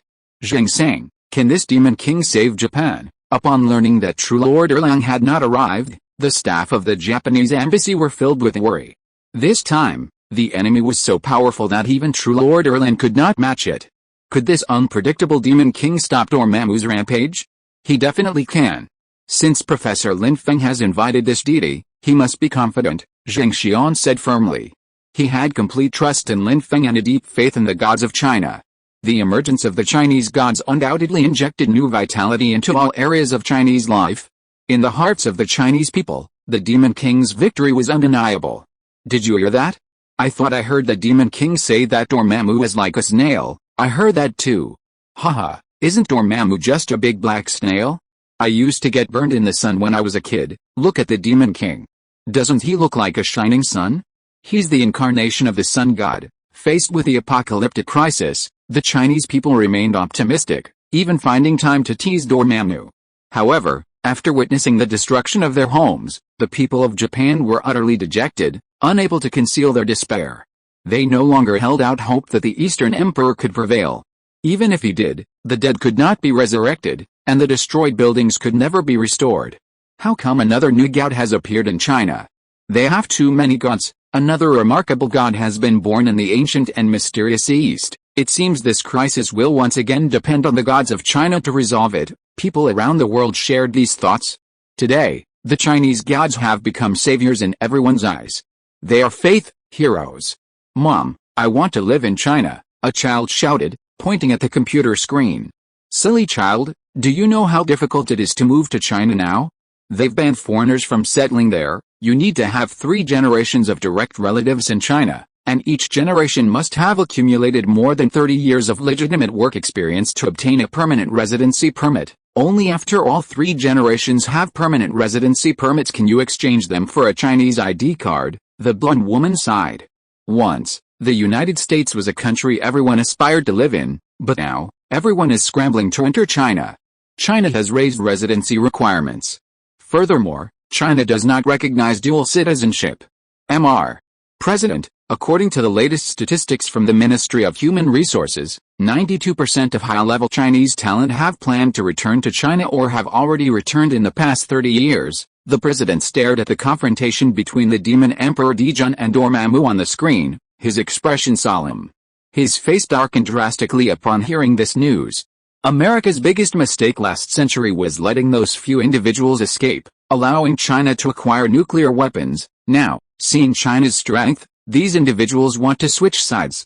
We must retain them. We must make them understand that the United States is not a place where they can come and go as they please. He, the interim president, was no ordinary man. If these individuals wanted to leave, he had countless means to stop them, whether through threats or inducements. China now possessed gods and was on the rise. If they sent these top talents, They would be surpassed by China in science, culture, and the arts. In terms of military might, the United States used to be unmatched, but now with gods, who could dare to withstand a punch from Yang Jian? That was a force powerful enough to destroy the world. Mr. President, our previous approach may not work. The butler lowered his head, hesitating for a moment. Despite fearing the president's anger, he spoke quickly. The Chinese have expressed their willingness to take them home and promised to seek divine assistance if the last incident happens again in the United States. Although their stance isn't forceful, I think we should give China a bit of face. Short-sighted. So short-sighted, America's second interim president raged. Don't you realize America's position is already precarious? China's resurgence is unstoppable. If we send so many talented people back to China now, how can we ever catch up with them in terms of divine power? The United States will no longer be a land of freedom and equality, but a province of China. After his outburst, he lit a cigar, sat down, and sighed. I never thought we'd need China's protection. This is ridiculous. Most of the top leaders have accepted China's proposal and are even planning to invite Professor Lin Feng to visit the United States, the butler said cautiously. That's not surprising. Those people only care about their own interests, not a country. It seems the last incident has made them feel the need for protection. He pondered for several minutes, while the butler waited. We must not let these people destroy the United States. The president was a staunch American. Accept their offer, then find me an assassin. I want the best assassin in the world, that glittering giant in the sky. Strange called out to Lin Feng from the top of the skyscraper. Lin Feng heard Strange's voice and immediately recognized it as the legendary doctor. In his hand, the doctor clutched a gem that glowed emerald green, the time stone. It seems inappropriate to address a god like that, Lin Feng pointed out calmly, without anger. He had transformed into the demon Emperor Jun, the supreme ruler of the demon race, His Majesty untouchable. Right now, we have no time to dwell on these red tape. The most urgent task is to confront the threat of Dormammu, Strange said with urgency. He felt that this god's focus was very different from that of ordinary people. Dormammu's terrifying shadow was so close, yet this god still had the mind to discuss the title with him. Strange, that Dormammu is not to be feared. Lin Feng's tone revealed disdain for Dormammu. 171.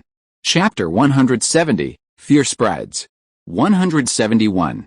Chapter 170, The Spread of Fear 2024-09-10 Author, Good Monster Chapter 170, The Spread of Fear. Strange looked up at Dormammu, the towering figure that obscured the heavens, then glanced at the demon Emperor Dijin, who was like a giant beacon. He had to admit that the power emanating from the demon Emperor Dijin was astounding, but even a sliver of Dormammu's power had already caused a devastating impact on the Japanese capital. Countless lives perished in this catastrophe. He clutched the Eye of Agamotto tightly in his hand, knowing that time was running out. What should I call you? Caecilius asked loudly. I am the demon emperor, Lin Feng replied softly, turning his gaze to Strange. Your Majesty, the world is in danger, and we need your help, Strange pleaded. Dormammu, who was standing nearby, witnessed the exchange between Dijin and Caecilius and was furious. These two tiny beings actually dared to ignore it. The tide of darkness will engulf you, and you will become eternal slaves of my dimension, Dormammu roared. I am the master of darkness. You lowly creatures, prepare to face the wrath of the Dark Lord. As Dormammu roared, the tentacles on his body lashed out wildly, destroying everything around him. Life seemed fragile before this dark force. This land was about to become a forbidden zone, a toy in Dormammu's control. Time is running out, Your Majesty, Strange said urgently. I need you to restrain it while I use the Eye of Agamotto to return it to its own world. No intact buildings could be seen around him. Dormammu's shadow continued to expand. True darkness had descended, accompanied by the wailing of countless lives. You intend to use the Eye of Agamotto to send Dormammu away? Lin Feng glanced at the rampaging Dormammu. I'm afraid it's too late. It has already breached the spatial barrier. The Eye of Agamotto isn't omnipotent. If you doubt it, try it. Lin Feng's gaze fell on the time stone, debating whether to seize it. However, he still didn't know how to use the gem. Perhaps, Strange could give it a try first. Whoosh, a massive tentacle suddenly crashed down, its diameter staggering, enough to completely envelop the two of them. Strange panicked, his only remaining hope of escape being the portal. He turned to gaze at the towering demon Emperor Dijin beside him, speechless with shock. Demon Emperor Dijin extended his massive hand, and the tentacle instantly froze in midair. A blazing golden flame raged, spreading rapidly along the tentacle, vaporizing it like gasoline on sparks.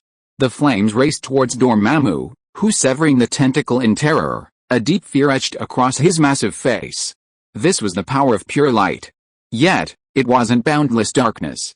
Don't just stand there, try to send this creature back to its own world, Lin Feng warned, noticing Strange frozen in his tracks. Okay, Strange had no time to marvel at the Demon Emperor's power. He gripped the Eye of Agamotto tightly in his left hand, and with his right, he drew green runes, causing the gem to glow with a dazzling green light. He slowly turned his right hand, and the surrounding buildings rapidly restored themselves as if time had reversed. Dormammu's tentacles and body began to slowly retreat.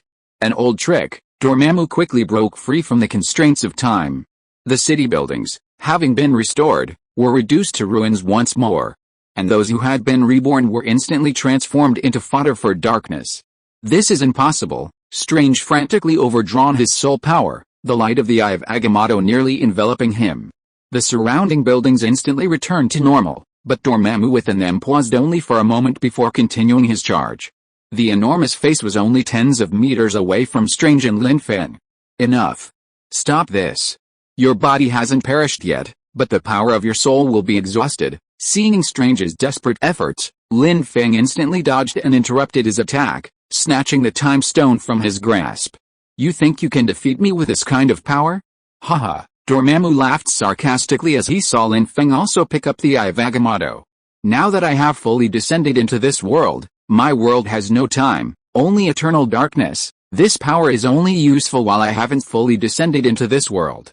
Do you really think I can't do anything about it? Don't underestimate the Lord of Darkness, Dormammu roared, shaking the whole place. You are so foolish. Lin Feng hadn't expected Dormammu to be such a chatterbox, so boastful. But come to think of it, a god who can't be directly invaded and can only recruit followers through pyramid schemes is likely to be this kind of chatterbox. Dormammu is similar to those who run pyramid schemes. They are cruel and ruthless. To expand their power, they will do anything. This power is far too weak. Demon Emperor Jun gently shook the treasure in his hand.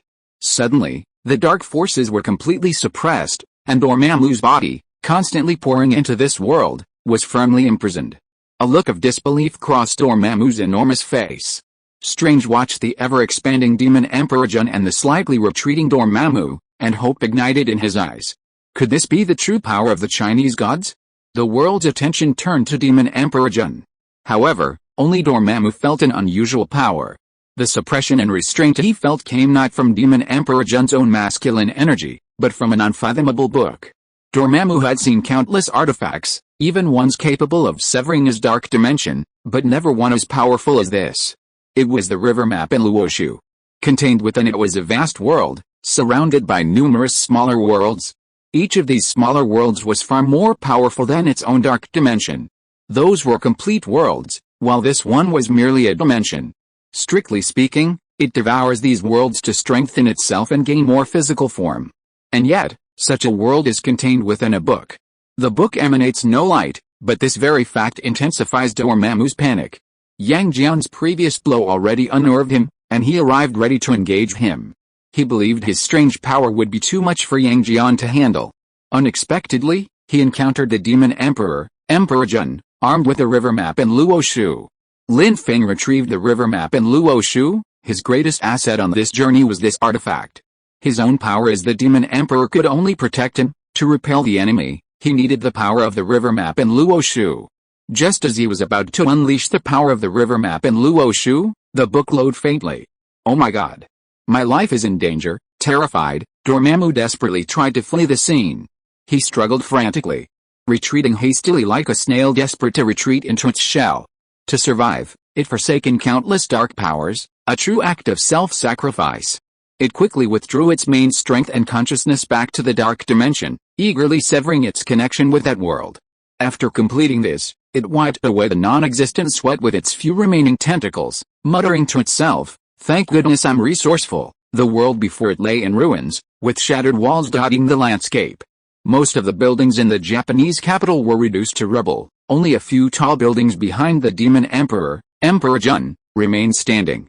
Lin Feng witnessed Dormammu's escape and attempted to stop him, but the boss-level creature was too cunning and gave him no chance. Dormammu's disappearance was met with cheers from the crowd. Did you see that? The invader fled at such speed, vanishing in the blink of an eye. The power of the demon Emperor Jun is truly terrifying. Who on earth is he to be so powerful? What a shame.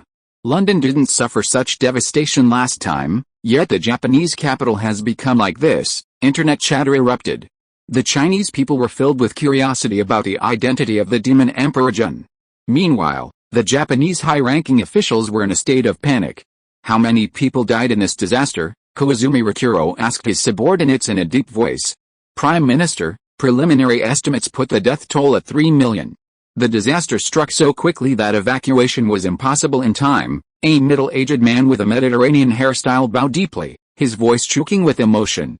Just now, the new U.S. president asked us to express our dissatisfaction with this new god of China. He carefully observed Koizumi Rikuro's reaction and continued, the president said that China cannot be allowed to dominate alone. This is not conducive to the spread of peace, freedom, and equality. He also threatened that if we don't cooperate, he will conduct military exercises with a Japanese garrison on Rope Island. Koizumi Rikuro's eyes narrowed. Bang! His beloved purple clay teapot was slammed against the wall, shattering into pieces. The middle-aged man shuddered with fear. He clearly felt Koizumi Rikuro's anger, which was a mixture of grief for the country's casualties and helplessness at Japan being used as a pawn by the United States. Rikuro Koizumi sighed deeply, and after a long pause, he addressed the middle-aged man. Tell me, do we have any other options, Prime Minister? I'm not sure if I should say this. The middle-aged man hesitated for a moment before finally speaking. China's rise is an unstoppable trend. Can the United States really summon a god to counter it? The last U.S. farce has already humiliated them. We are more aligned with China in every way. Why should we still be subject to U.S. threats? His words deeply touched Rikuro Koizumi. But not yet. You should go down and follow the U.S.'s instructions. The middle-aged man bowed and quickly left. Rikuro Koizumi gazed toward Toyama, his gaze far-reaching. Dormammu, he escaped? Strange's mouth dropped open in astonishment. Strange, you succeeded. Dormammu has been sent back to the Dark Dimension. Mordo approached from behind, assuming that the Demon Emperor Dijin and Strange had worked together to accomplish this. You're a hero. You're the hero who saved the world. Mordo was overcome with emotion, his dark face brimming with pride. His friend had become the savior. Why do you look like you've seen God? Are you too excited? Mordo noticed Strange staring in the direction Dormammu had disappeared and asked with concern. Mordo, you misunderstood. This wasn't me. Strange looked at Mordo in disbelief. Are you still not used to being called a savior? It's okay. We don't need to prove anything to anyone, Mordo consoled him. We just need to follow nature and protect this world from the shadows. No, Mordo, listen to me. I did nothing, Strange interrupted Mordo. The power of the Eye of Agamotto is no longer enough to withstand Dormammu. In this world, Dormammu is already able to withstand the power of the Eye of Agamotto. I failed. He had actually failed? Could Dormammu's disappearance have been the work of this radiant god? The time stone could have contained Dormammu, but unfortunately, your power is still weak. Lin Feng returned to his normal form, holding the time stone and approaching the two. Demon!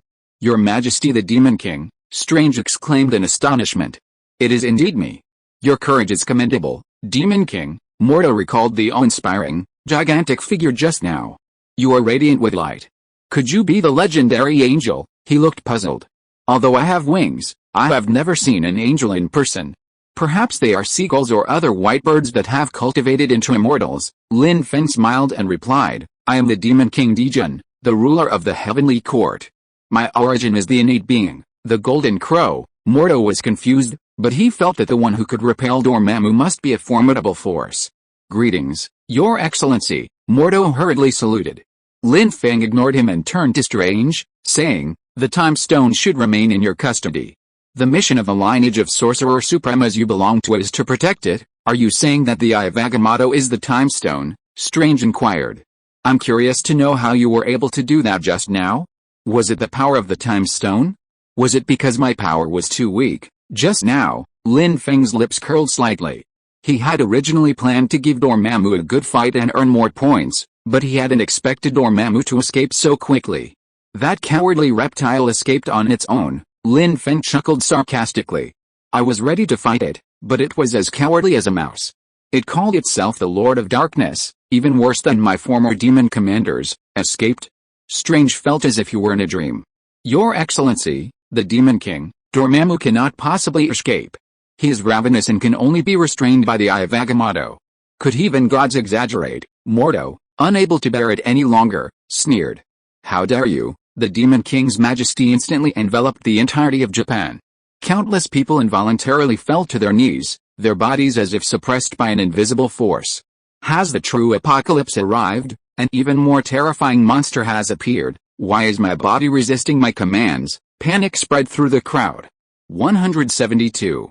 Chapter 171, Reject Moral Kidnapping. 172. Chapter 171, Reject Moral Blackmail. 2024-09-10 Author, Good Monster. Chapter 171, Reject Moral Blackmail. However, the pressure dissipated as quickly as it came. Before anyone could react, it quickly dissipated. Your Majesty, please calm down. Mordo has simply not witnessed your power. His crime does not deserve death. Thump. Strange knelt before Lin Feng, pleading for Mordo. The pressure was too terrifying. Even though it wasn't directed at Strange, he knew that the gods could not be trifled with. Lin Feng had indeed been furious, his aura revealing itself. He withdrew his pressure and looked at Mordo, who lay motionless, eyes wide open, on the ground. This is the true power of the Time Stone. The Demon King, holding the Time Stone, pointed forward. A green ring of runes, tens of meters in diameter, appeared around it, leaving Mordo and Strange stunned. The number and complexity of such runes were beyond anything they had ever seen, even with the Ancient One. A clock slowly emerged above the rune, displaying the current time. Spin, the words echoed with action. The hour, minute, and second hands whirled rapidly. All the buildings, countless fragments, and lost lives gradually returned to their original state. Lin Feng retracted his fingers and tossed a gem to Strange like a lollipop. It's not omnipotent. Half of those lost lives cannot be restored. Even prolonged restoration has its limits. This explains why the Time Stone becomes ineffective after Dormammu's full arrival. Lin Feng explained this to Strange. Strange carefully took the gem and nodded respectfully. Strange. You bastard. How dare you stop Lord Dormammu from granting all of humanity? A sudden voice shattered the momentary silence. The voice was gruff, and Strange felt as if he were facing his mortal enemy. The person who had just destroyed the temple and witnessed Dormammu's defeat was none other than Caecilius. He watched Dormammu dissipate in the air, in disbelief. He knew only the Time Stone could stop Dormammu. He searched the area, finally locating Strange, who had just received the stone. Strange frowned, meeting Caecilius's gaze. Caecilius, repent. Dormammu has deceived you. Shut up, you scum of humanity. Caecilius, clutching a transparent blade, slashed down fiercely. Stop. Lin Feng had never seen such an arrogant and domineering person. He had no sympathy for such a traitor. You are the one who truly betrayed humanity. Do you wish to make all of humanity like you? I will let you experience the feeling of being completely consumed by the power of darkness. Lin Feng waved his hand, channeling all the remaining Dormammu power in the city into Caecilius. Starting from his eye sockets, the darkness rapidly consumed Caecilius's body, causing his flesh to rapidly wither. In an instant, Caecilius was reduced to a mummy. This is the fate of surrendering to Dormammu, Lin Feng said coldly. Your body will be reduced to a puppet, and your consciousness will be annihilated, becoming Dormammu's nourishment. How pathetic. Do you really think eternal life comes without a price? Strange gasped in shock. Oh my god, it seems the teacher was wrong. She betrayed our faith, Mordo muttered. The Ancient One was not wrong. Lin Feng displayed the dark power before Mordo. Mordo gazed at it, his face filled with fascination. For power, no one can resist its temptation. Lin Feng's face was filled with contempt. Dormammu's power can prolong life and preserve the body's immortality, but one must resist temptation to avoid complete destruction, he scoffed. Your teacher did it. She could have died calmly. She feared no death, longing to accept nature, yet she shouldered a heavy responsibility, to protect the world from Dormammu's corruption. If you want to blame someone, blame your disciples for not living up to the expectations. None of you have the heart and strength to meet them. She waited for centuries to find a suitable successor. Mordo's eyes grew hazy after Lin Feng's rebuke. He lowered his head in silence, tears welling up in his eyes again. Ah, hiss, hiss, the frozen Caecilius suddenly spoke. Death is not the end.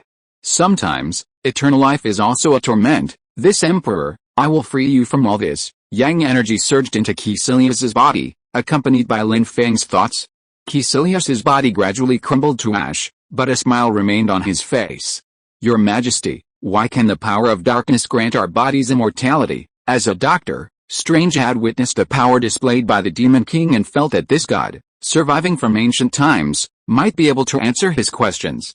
As a doctor, you should be wiser than fools like Mordo. Lin Feng, not forgetting to disparage Mordo, went on to explain. Higher energy that can be absorbed by the human body can enhance physical fitness, increase cell division, and strengthen cell strength, but it's difficult for humans to fully adapt to higher energy, which may become a means for some gods to control us. I understand, Strange nodded. Is the power of darkness an evil entity? Teacher accepted the dark power, and you tell me you are right. I can't accept that. Mordo's years of faith had been shattered by his teacher, who had compromised with darkness to survive. He couldn't accept Lin Feng's words. Mordo, power itself has no distinction between dark and light, only the positions of intelligent beings give these definitions. To protect the world, the teacher constantly draws on dark forces to sustain her life. She is the light, she always seeks to follow nature's course. She believes in nature and teaches us, yet the responsibilities she shoulders prevent her from fulfilling her wishes. Strange stared at Mordo and continued, there's no contradiction. Mordo pondered. Lin Feng spoke a few more words to Strange, expressing his approval, then turned to leave. Your Majesty, please stay, Strange called out. Speak. Lin Feng didn't turn back. Where should I find you? Strange still had questions, and now only the Demon King could bring him peace of mind. Professor Lin Feng. Lin Feng's figure gradually faded, eventually disappearing from sight. Your Majesty. Strange hadn't finished his words when he realized Lin Feng had already left. Professor Lin Feng, the scholar who expounded on the history of the gods at the press conference? Strange muttered to himself. Mordo, now that the temple is destroyed, I have a new idea. A glint flashed in his eyes, and he continued, I plan to travel to Lin Feng's city and build a brand new temple. Mordo stood up and stared at Strange. Are you seeking to enlist the power of the Chinese gods to protect the temple? He guessed Strange's intention. Strange smiled confidently. Though unlikely, Dormammu will surely be much more restrained in that place. Meanwhile, in the dark dimension, Dormammu was conversing confidentially with a woman. Despite his immense power, Dormammu dared not treat this woman with the slightest disrespect. The woman wore long hair and a tight-fitting garment, a mocking expression on her face. She had been imprisoned in the dark dimension for years, yet Dormammu was powerless against her. This time, frightened off by Lin Feng, Dormammu grew wary of his own power, and so he thought of the woman trapped in the dark dimension. Goddess of death, I can help you escape from this place. Dormammu's enormous face appeared outside his prison. Hila's lips curled up slightly, and she glanced at Dormammu while lying on the throne. Ugly beast, I will be able to break free from this cage soon. What are you planning? I can give you great power to help you regain your freedom immediately, Dormammu said, and countless energy fragments poured into Hila's body. As the power poured in, Hila's eyes gradually became sharper. The black cage was covered with cracks, and finally exploded with a bang. Odin woke up from the throne. She escaped. What do you want in return from me, ugly beast? Hila asked sarcastically. You gave me such powerful power, you must have some ulterior motive? Hila knew that there is no free lunch in the world. She has recovered to her peak condition, and there must be some purpose behind this from Dormammu. Hila, a new god has risen, and you Asgardians will no longer rule the 9 realms, Dormammu said with a smile. After you leave, I hope you will create more chaos in the world. Only then can I devour more worlds. Dormammu, you're joking. Odin will never allow Asgard's rule to be threatened. Hela simply didn't believe Dormammu's words. But he has aged. While his strength is great, his stamina is far less. Dormammu said this before quietly departing, leaving behind only a warning, beware of the gods of China. Roleplay mission completed, rating SS. Lin Feng checked his points. I've accumulated over 13 million points, but I still need to work harder. He longed to redeem Tongshan Patriarch's B-level ability, but no one had challenged him yet, and his points growth had stagnated. Suddenly, the phone rang. Lin Feng picked up and learned it was from the Chinese authorities. Professor Lin Feng, I have two pieces of news for you, a gentle female voice came from the other end. Go ahead, Lin Feng replied after sitting down. There's good news and bad news, the female voice continued. The good news is that a private American media giant has invited you to the US to discuss the topic of the Chinese gods. The bad news is that Japanese officials are accusing you of deliberately delaying notification of the Chinese gods, resulting in nearly 1 million casualties and massive economic losses in their capital. Lin Feng was somewhat surprised by these two pieces of news. Japan's reaction seemed overly reckless. Everything he did was out of kindness, and even if he stayed out of the matter, no one could blame him. I accept the U.S. invitation. As for the Japanese, please convey my condolences for their tragedy. Lin Feng's voice was slightly cold. But if something like this happens again in Japan, I will refuse to provide any assistance. The person on the other end of the line seemed to think this was inappropriate and tried to dissuade him, but Lin Feng firmly hung up. He decided to be tough and not be held hostage by morality. Mr. Prime Minister. The Chinese authorities have stated that Professor Lin Feng will no longer provide assistance, a middle-aged official reported to Rikuro Koizumi. That's not surprising. After all, we can't afford to offend the United States, Koizumi Rikuro said thoughtfully. Do you have anything else to report? Yes, Mr. Prime Minister. A U.S. media tycoon has invited Lin Feng to hold a press conference there, the official replied. It's said that Lin Feng intends to introduce the newly emerged deity, the demon Emperor Jun, at the press conference. I understand. The United States is no longer reliable. We need to reassess the situation. Koizumi Rikuro tapped his desk lightly. You may withdraw. The official quickly left, and a few minutes later, an elegant woman entered. Mr. Prime Minister, everything is ready. The woman's crisp voice broke the silence. Hashimoto Kanzuki, as a civilian representative, you will deliver our contact records with the United States to China. Remember, you will be visiting as a Chinese student, Koizumi Rikuro instructed. Please, he did not want Japan to be controlled by any other country, so he had to tread carefully in this complex situation. Meanwhile, discussions in Japan about the demon Emperor Jun intensified. Some experts suggest that the demon Emperor Jun may have deep historical ties to us in Japan. Some even believe that our national flag contains elements of the demon Emperor Jun. News reports continue to hype this topic. Aside from the official accusations against Lin Feng, Japan seemed to be showing goodwill towards China. In Asgard, Odin, the king of the gods, awoke from his slumber, his face weary. Heimdall, recall Thor and Loki. I'm running out of time, he ordered. Loki was at Lin Feng's home, flipping through Lin Feng's book, The Secret History of the Monkey King. Heimdall's voice echoed in his ear. Loki, the king of the gods summons you back to Asgard. Bring Thor, the god of thunder, with you. He's in a bar a kilometer away. Loki asked you if his mother missed them, but Heimdall didn't answer. In the bar, Thor, speaking broken Chinese, tried to strike up a conversation with an Asian girl, but she dismissed his words. Everyone knows now that only China has gods, the girl said disdainfully, turning away. Thor looked dejected, and Loki couldn't help shaking his head at the sight. He was worried about Thor's intelligence. The two were summoned back to Asgard by Heimdall, and faced Odin, the king of the gods, in the hall. I am dying, Odin said calmly. I summoned you back so that one of you can inherit my throne. Thor and Loki were both shocked, but Loki unexpectedly gave up the throne. The throne is not what I want, Loki said sincerely and stood aside. This surprised Odin, as Loki had always longed for power. In the end, Odin announced Thor as the crown prince and summoned Loki alone to ask the reason. Loki expressed his pursuit of greater power and his sense of powerlessness in the face of wisdom. At this time, Heimdall's voice was heard again. King of the gods, someone has invaded Asgard. 173. Chapter 172 Mysterious Power. 173. Chapter 172, Mysterious Power 2024-09-10 Author, Good Monster Chapter 172, Mysterious Power Asgard. Rumor has it that the Tesseract and the Mind Stone are located. A Titan, radiating purple light, stood atop a massive space battleship, surveying the area below. This was Thanos, the mighty Thanos. Now the true ruler of the universe. He chose to visit Odin at the end of his days, not at the peak of his powers. While Odin's power remained at its peak, his lifespan was fading.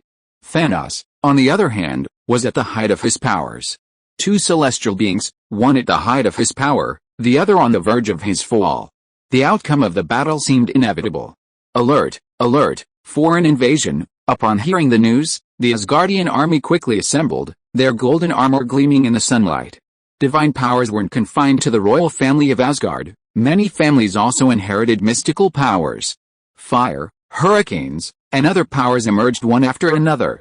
And those strange creatures also possessed astonishing strength. Faced with invasion, the Asgardians never flinched. War was their innate destiny. Such a formidable force, Odin exclaimed in amazement. Father, your strength is unmatched.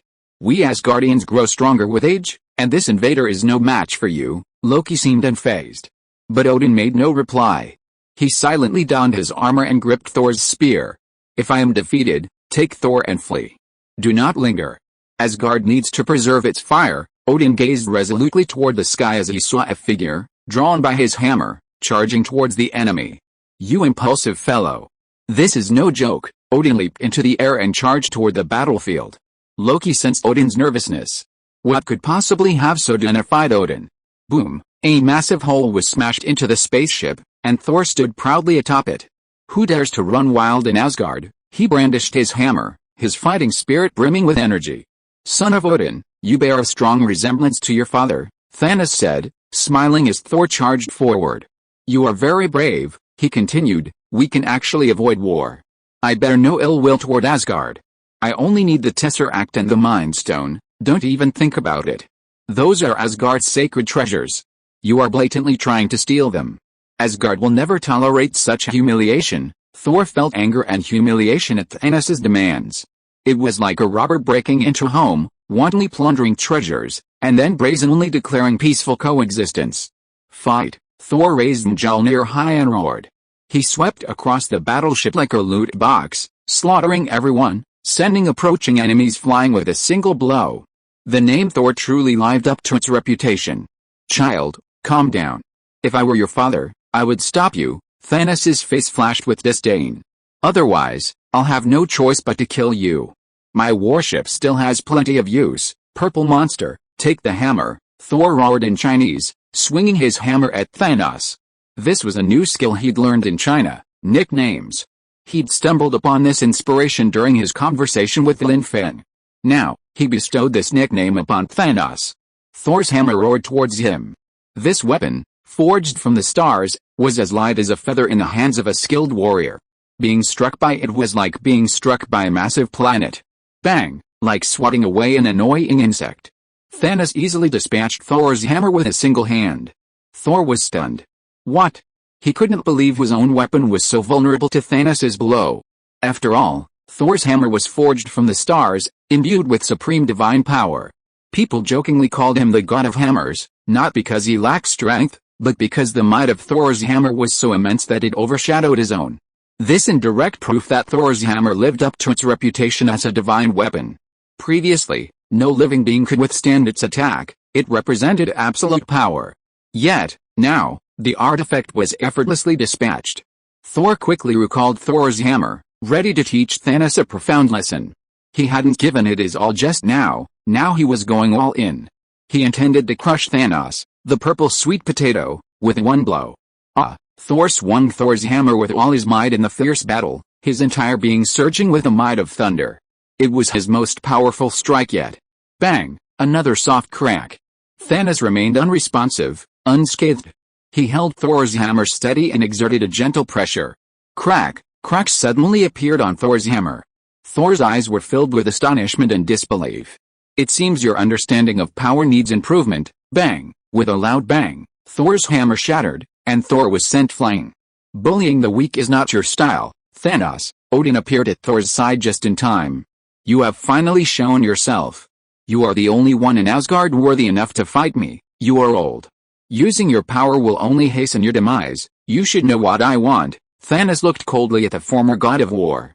Now, I am unbeatable in Asgard. But I am not the only Asgardian. Even if you defeat me, you cannot control Asgard, Odin firmly addressed Thanos. We will decide the fate of Asgard in battle, but you must not harm my people. If I lose, everything in Asgard will be yours. If you lose, you will pay with your life. Odin, you are old. In the past, I might have been somewhat wary of you, but now, You are no match for me." A scornful smile curled Thanos' lips. "Begin." Before he finished speaking, Thanos charged forward, and Odin, undeterred, drew his spear to meet him. "Thor, Loki, leave. Heimdall, teleport them away immediately," Odin shouted, engaging Thanos in a fierce battle. The battle intensified, the massive energy surges powerful enough to destroy everything around them. "Loki, quickly go to the treasury and fetch the eternal flame. We can perish with him," Thor called out urgently. "You should know the legend of Ragnarok, don't be ridiculous. Father doesn't want everyone to be buried with him. What we need to do now is leave." Loki stopped Thor. "Father just said someone will come to save Asgard. We must leave now." "No. Asgardians will never desert. I'm the heir to the throne," Thor declared fearlessly. "Fool. You've lost your hammer, and you're still holding on? Don't let Father's sacrifice go to waste. If that person finds the gem and goes mad, he might massacre Asgard," Loki said urgently. "We need to seek Professor Lin Feng's help. I know what this purple sweet potato is looking for. Perhaps we can draw on the power of the Chinese gods to fight him." After a brief silence, Thor was finally convinced. The two quickly arrived at the Rainbow Bridge. "Where are you going?" Heimdall asked. "To Professor Lin Feng," Loki replied. Heimdall then activated the Rainbow Bridge to teleport the two away, destroying it to prevent pursuit. Crack! The spear snapped, and Thanos gripped Odin's throat tightly. "You chose to abandon them to save your children and your people? What a ridiculous king of the gods," Thanos taunted. "They took what you wanted. If you dare harm my people, they will flee with the gems forever, beyond your reach." Though blood streamed from the corner of Odin's mouth, a triumphant smile crossed his face. "Damn it!" Crack! With a crisp sound, Odin's life came to an end. Odin's life flame was extinguished, and Thanos coldly released his limp body. The once mighty king of the gods was now a lifeless husk. "Search every inch of the land for any trace of the Infinity Stones," Thanos commanded. Elsewhere, in a completely different scene, Lin Feng was being led to the lounge by a long-legged, blonde receptionist. Dressed in a black suit, clutching a book, he exuded an intellectual charm. "Please rest for a moment. The press conference will begin in 20 minutes, the beautiful receptionist whispered before gracefully exiting. Lin Feng flipped open the book in his hand. It was the Hichulu Oshu, the ancient tome of the demon Emperor Digen, imbued with unfathomable power. However, its appearance was unremarkable, and others would mistake it for an ordinary Chinese ancient tome. The Hichulu Oshu is truly profound and profound. It's a pity that my current strength can only fully unleash its power, Lin Feng muttered to himself, his eyes gleaming with a desire for power. At this moment, a short man in a waiter's uniform quietly approached the lounge. He was an assassin from Japan, tasked with assassinating the Chinese professor. "Lin Feng is inside, prepare to act," the command came in a curt and cold voice. The assassin pushed open the door and approached Lin Feng, who was reading, with a smile on his face, holding a bottle of what he called 1982 Lafite. "Sir, this is the red wine you ordered. Please enjoy." The assassin's voice was gentle and professional. However, Lin Feng didn't even look up, simply waving his hand in refusal. "No, thank you." The assassin was secretly anxious. The wine was already poisoned. If Lin Feng refused to drink, he would have to do it himself. So, he quietly pulled out his specially crafted silenced pistol, a hidden weapon disguised as lipstick. Just then, Lin Feng suddenly looked up and said, "Wait, I suddenly feel like trying this wine." The assassin, delighted, quickly poured Lin Feng a glass. Lin Feng gulped it down, but minutes later, he still showed no reaction. The assassin began to wonder if the poison had been misplaced. Just then, two disheveled figures suddenly burst into the lounge. "Professor Lin Feng, Asgard is in trouble," Thor shouted anxiously. "We need your help." Loki stood by, observing the situation with relative calm. Lin Feng closed his book and listened quietly to Thor's plea. He knew his presence might have triggered a chain reaction. Thanos had attacked Asgard prematurely, and the elderly Odin was probably in grave danger. However, Lin Feng didn't immediately agree to Thor's request. He knew that even if he rushed back to Asgard now, he would only be engaged in a fierce battle with Thanos. And was such a battle even necessary? After all, Thanos' ultimate goal was the 3 gems here. "I beg you, Professor Lin Feng. I know you can contact the Chinese gods. I am willing to exchange the wealth and land of Asgard for my father's life," Thor pleaded eagerly, even kneeling on one knee before Lin Feng. Although Thor may not appear to be very intelligent, His filial piety to his father is touching. However, Loki calmly poured cold water on Thor. Thor, we can't go back. Loki, we must go back. Father sent us here to seek help. Thor roared passionately. Asgard needs us. Asgard doesn't need a hammer god who relies on his hammer. Loki retorted mercilessly. Without your hammer, you're just a reckless man. Father doesn't want us to go back. If we go back, Asgard will be in danger. Thanos' goal is the Infinity Stones. As long as we don't go back, Asgard will not be destroyed, at least for a while. Loki knew that Thanos' patience was limited. Once exhausted, Asgard would face destruction, and they would have nowhere to escape. I have 2 gems that originally belonged to Asgard. I am willing to return them to you to help you save everything you cherish, Lin Feng said sincerely to the 2. He continued, I believe Odin is dead. From what I know of Thanos, he would never tolerate a threat like Odin. Despite his advanced age, Asgard is safe for now. I hope you can stay here for a while. I will do my best to contact the gods of China and seek their assistance. Thor struggled to accept this sudden turn of events. He snatched the bottle from the waiter, gulped it down, and then shoved the empty bottle back into the waiter's hands. The waiter looked embarrassed, clearly caught off guard by the sudden turn of events. It's almost time. I have a press conference to attend. Lin Feng checked the time and stood up to leave. Seeing Lin Feng about to leave, the assassin hiding nearby felt a pang of fear and prepared to pull out his lipstick gun to fire. Oh, by the way, there's that little assassin too. Please take care of him. Lin Feng suddenly turned around and ordered. The assassin was caught off guard, his lipstick gun still on. Lin Feng had actually been aware of his presence but had feigned ignorance, wanting to play along. Don't go too far, Loki. I still need him to tell the truth, Lin Feng warned, then walked out of the room and into another. As soon as he entered the new room, countless flash cameras shone on Lin Feng. He smiled at the camera and began his speech. 174. Chapter 173 Goddess of Death. 174.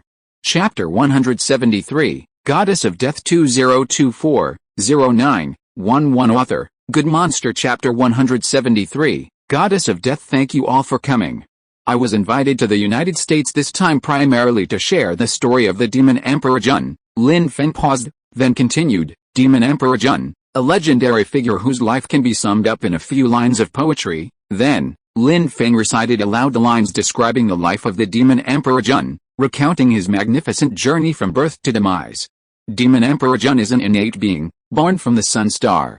The innate spiritual treasure accompanying him at birth is the river map in Luoshu, Lin Feng explained. The great Zhaoshan Dao formation contained in this river map in Luoshu was one of the world's most advanced formations at the time. Lin Feng's recounting seemed to transport everyone present to that mythical era. It was only during his recent study of the river map in Luoshu that he understood why Emperor Jun was so keen on recruiting troops and vying for the throne of Heavenly Emperor. It turns out that this Zhaoshan Dao formation described in the Hichulu Oshu, at its peak, could rival a sage. Lin Feng's face was filled with sorrow as he spoke of the great war between the Demon Clan, led by Demon Emperor Jun, and the 12 witch ancestors of the Witch Clan, and the devastating losses suffered by both sides.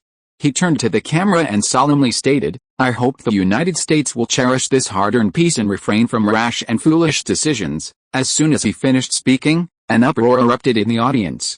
Someone had attempted to assassinate Lin Feng in the lounge, and Loki had already brought a controlled assassin to the scene, where he had confessed everything. Faced with this sudden situation, Lin Feng waved for silence and then solemnly addressed the camera, I hope the United States can give me a reasonable explanation. Upon learning of the failed attempt, the U.S. president's face was grieved. He had not anticipated that his carefully planned assassination would fail. Just days into his new position, he faced such a predicament. Adding to his woes, the assassin not only confessed the details of the assassination but also revealed other secrets.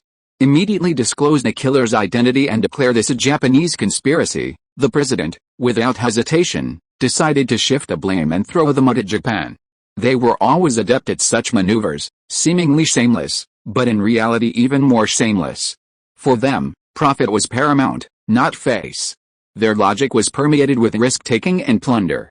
Far away in Japan, upon reading the U.S. statement, Koizumi Rikuro angrily smashed his beloved teacup. His trust in the U.S. had completely vanished. I hope China will see the gift I sent.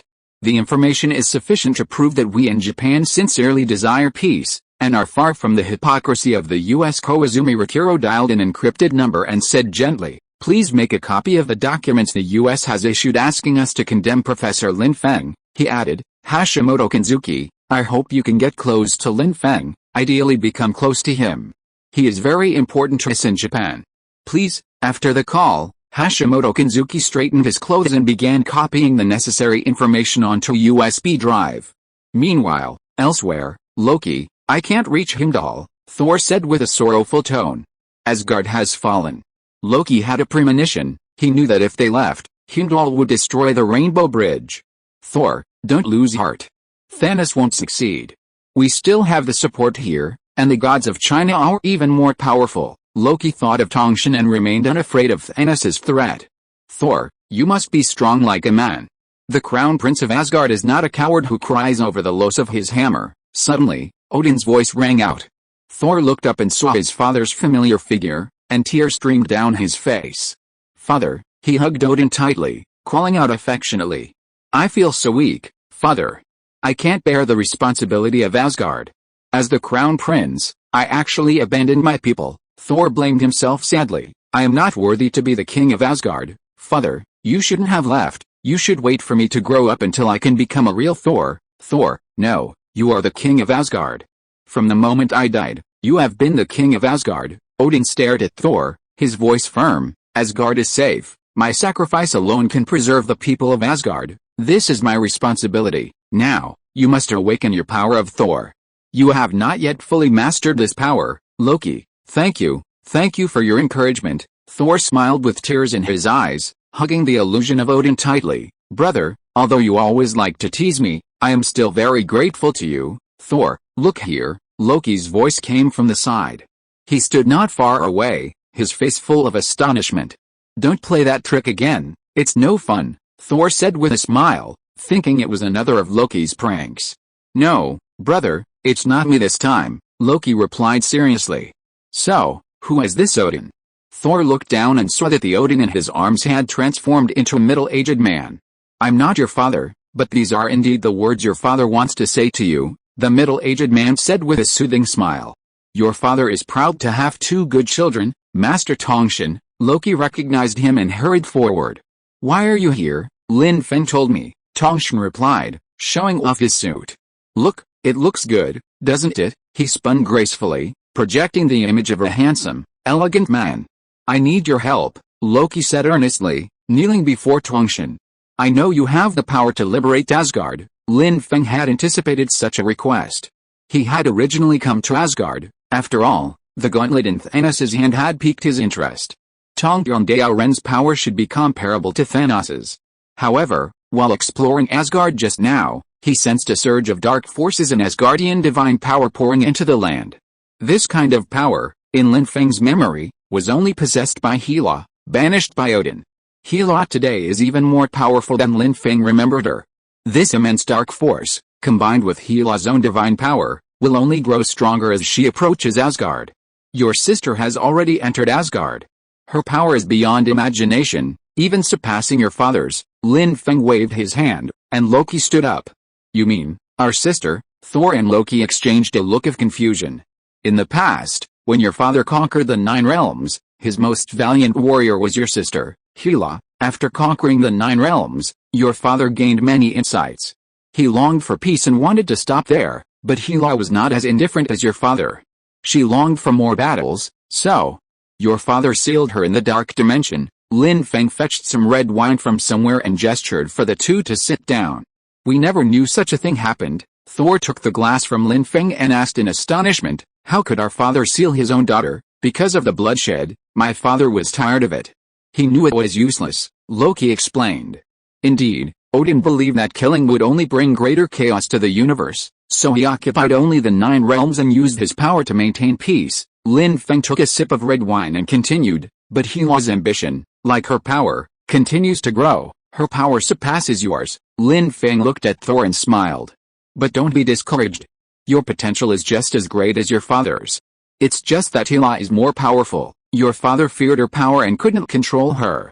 He didn't want the peace he created to be destroyed by his daughter." So he had the Valkyries seal Hela away. The seal was successful for a time, but your sister has now broken free. Loki and Thor were stunned and silent. Thor, in particular, had never imagined his sister could be so powerful. How powerful is she? Thor couldn't help but ask. Thanos' power rivals that of Odin at his peak, and your sister's current strength surpasses Thanos'. Hela hasn't reached her peak yet. Once she sets foot on Asgard, her power will soar even higher, and even Thanos will be no match for her, Lin Feng told them truthfully. What would she do if she returned to Asgard and found Odin dead and her kingdom occupied by outsiders? Lin Feng asked, gazing at the two. Destroy the enemy, Loki and Thor replied in unison, a glint of determination in their eyes. Odin, a resounding cry echoed from the skies above Asgard. A radiant figure emerged from the sky, a blade like an elk's antlers atop its head. Thanos' army and the imprisoned people of Asgard raised their heads to the heavens. I, Hela, the goddess of death, challenge you. She has returned. Heimdall's eyes sparkled with joy at the familiar voice. As Odin's most loyal servant, he knew the forgotten history like the back of his hand. Her appearance at this moment is inopportune. Thanos stared at the sky, his hands unconsciously clenching. He calculated the time, believing that Hela should still be imprisoned by Odin in the dark dimension. He speculated that perhaps Odin's death had loosened the seal, freeing Hela. There is no trace of my foolish father here. Hela returned to Asgard, her aura slowly rising. She felt the power Asgard was amplifying within her, but she could not find the familiar presence of her father. Instead, she sensed a strange power. She landed in front of the temple and witnessed countless Asgardians, their hands bound, kneeling on the ground like slaves. What has happened in Asgard? Hela cried out in anger. She hated the Asgardians' betrayal, but even so, she still considered herself a part of Asgard. She aspired to become the king of Asgard. Seeing her future people enslaved by an alien race was something she could not tolerate. Goddess of death, Heimdall broke free and stepped forward. The king of the gods has transformed into a star, returned to the embrace of the universe. He gazed at Hela and pleaded, we need you, a king to lead us, goddess of death, such a nostalgic title. Has that little girl finally grown up? Thanos emerged from the darkness and looked at the goddess of death, a smile playing on his lips. I am not motivated by selfish desires, but simply desire the stone. This world needs purification. The universe cannot sustain too much life, it is a burden to the universe. Do you understand me, goddess of death? Hela glanced at Thanos and sneered. I wish only to bring death to the world. I am destined to be the king of Asgard, for this is my honor. Odin sealed me away out of fear, because my power surpassed his, and you, since you killed Odin, you must die. The spikes and the goddess of death's hand flew out in a flurry. Thanos waved his hands to block them, but his men were no match for his skill and strength. Sharp black spikes pierced the guards' bodies. Witnessing the coming of the goddess of death, the Asgardians rekindled their fighting spirit. For Asgard, the Asgardians rose up in resistance. Avoid the main battle and rescue our compatriots. Heimdall commanded his men to avoid the fierce battle, avoiding unnecessary sacrifice. The goddess of death rolled countless spikes in her hands, while Thanos, with the formidable physique of a titan, withstood the blows. An attack of this magnitude will have no effect on me, Thanos roared, lashing out with his fist. With a resounding bang, the immense force sent Hela flying. She crashed into the temple, the gates shattering, and Hela slid across the hallway. She slammed her elbow into the ground to cushion the impact, finally coming to a stop. However, Thanos gave her no chance to breathe. Bang! Thanos' clenched fist, brimming with purple energy, lashed out at Hela. Hela crossed her arms over her chest and calmly retreated several dozen steps, deftly deflecting the attack. The purple energy gathered again, threatening Hela.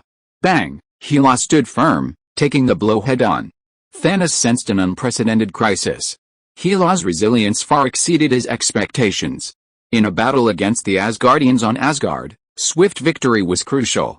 Thanos took a deep breath, and his entire body burst forth with strength. A surge of purple energy surged like a torrent, instantly breaking through the temple's roof. This power is comparable to that of the king of the gods at his peak. A flicker of shock flashed in Heimdall's eyes, but then he smiled.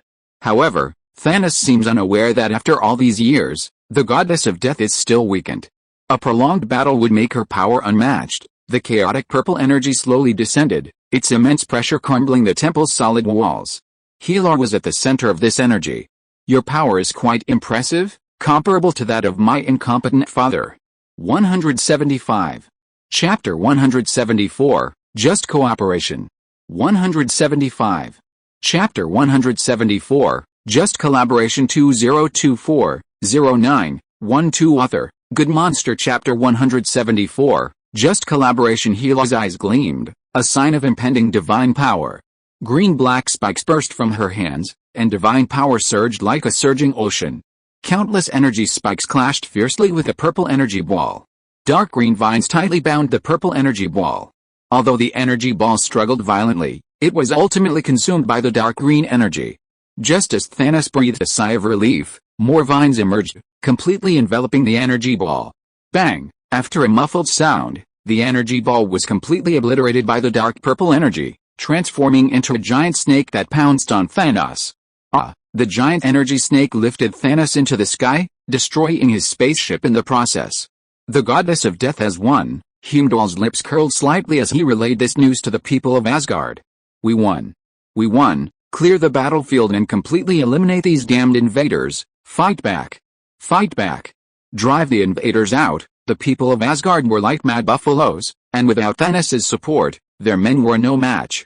Heimdall, open the Rainbow Bridge. I'm going to hunt down the fugitive. Hela stepped before Heimdall, her voice firm. Goddess of death, that invader. When Heimdall searched again, Thanos had vanished.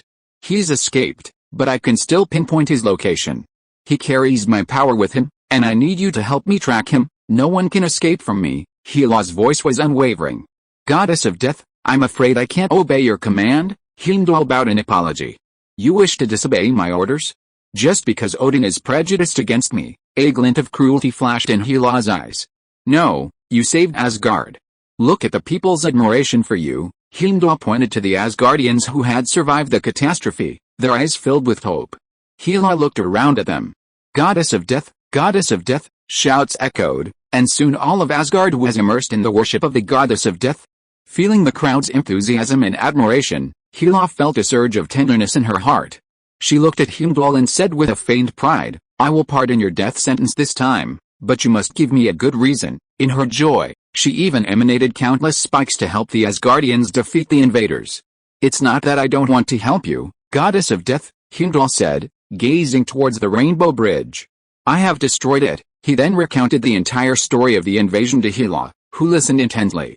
Those two worthless men can't even defeat such an enemy. They don't deserve to be called gods, Hela said with disdain. Goddess of death, Asgard cannot remain without a ruler. We earnestly invite you to become the king of the gods. Heimdall knelt on one knee, and the people of Asgard followed suit. Although Hela had been sealed away by Odin, now that he was dead, she held no regard for the position of king of the gods. But Odin had no choice but to offer her the position. I accept. A smile crossed Hela's face, and she ascended to a high place where all could see her. Issue my first royal decree. Pursue the invaders with all your might and restore order. I will restore Asgard's glory. Heimdall, are the 9 realms we once conquered still under Asgard's rule? Why did they disappear without a trace when we invaded? Hela asked from her throne in the open-air temple. Among the 9 realms, we always respect their autonomy. Unless they face a threat, we do not interfere in their internal affairs, Heimdall explained. What is the point of the 9 realms existing like this? Hela asked unhappily. Does the late king still hope to atone for his aggression through mercy? Only through powerful force can these tribes remain in awe and obey us. This temple contains many of the 9 realms' precious artifacts, Heimdall reminded him. Since we've already made enemies with them, playing the good guy is a fallacy, Hela asserted. They didn't participate in this battle. That was the decision of the previous king of the gods, and the invaders didn't massacre our people en masse, Heimdall explained carefully. How foolish. He's still the same, always seeking self-sacrifice to achieve his goals, Hela scoffed, but a hint of dejection crossed her face. The frost giants, dark elves, and other tribes must be firmly under our control, Hela commanded with unwavering confidence. Pass the word, my glory will shine up on every corner of them. The new king will establish a new order. Under Asgard's leadership, I will expand our territory and create greatness. With my glorious military achievements, I will show my late father how absurd his decision was to seal me away, Hela continued. However, we have enjoyed years of peace, and the previous king's policies have brought prosperity to our country. The finance minister tentatively suggested, perhaps we could consider increasing their tribute. He cautiously observed Hila's reaction. I remember you were also a minister from the previous king's time, Hila said, glancing at him. You are old, Heimdall. Choose a young and promising new god to succeed you, your majesty. Asgard has always been a peace-loving country. Please reconsider. The finance minister's face suddenly changed, and he knelt down to admonish him. Shut up, Hela scratched her ear impatiently. Heimdall, kick these irrelevant people out, as you command. Heimdall then ordered the finance minister to be expelled. I am not here to listen to your opinions, but to declare my will to rule, Hela declared to the crowd.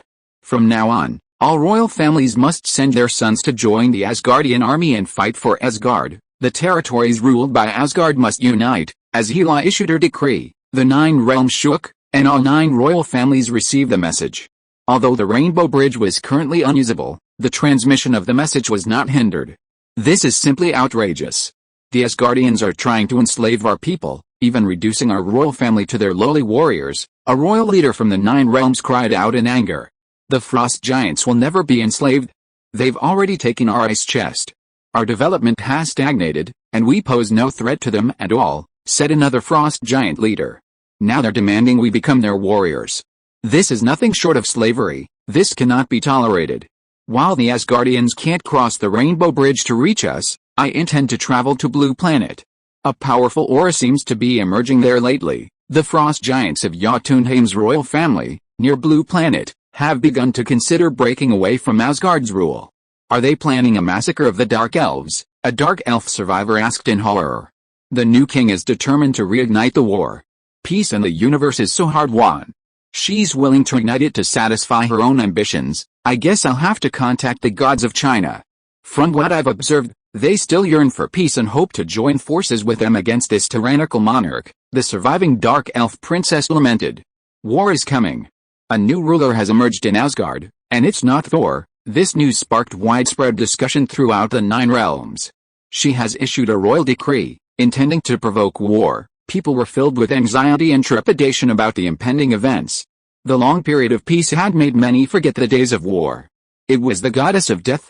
That was a forgotten history, recalled a surviving ancient being from the 9 realms.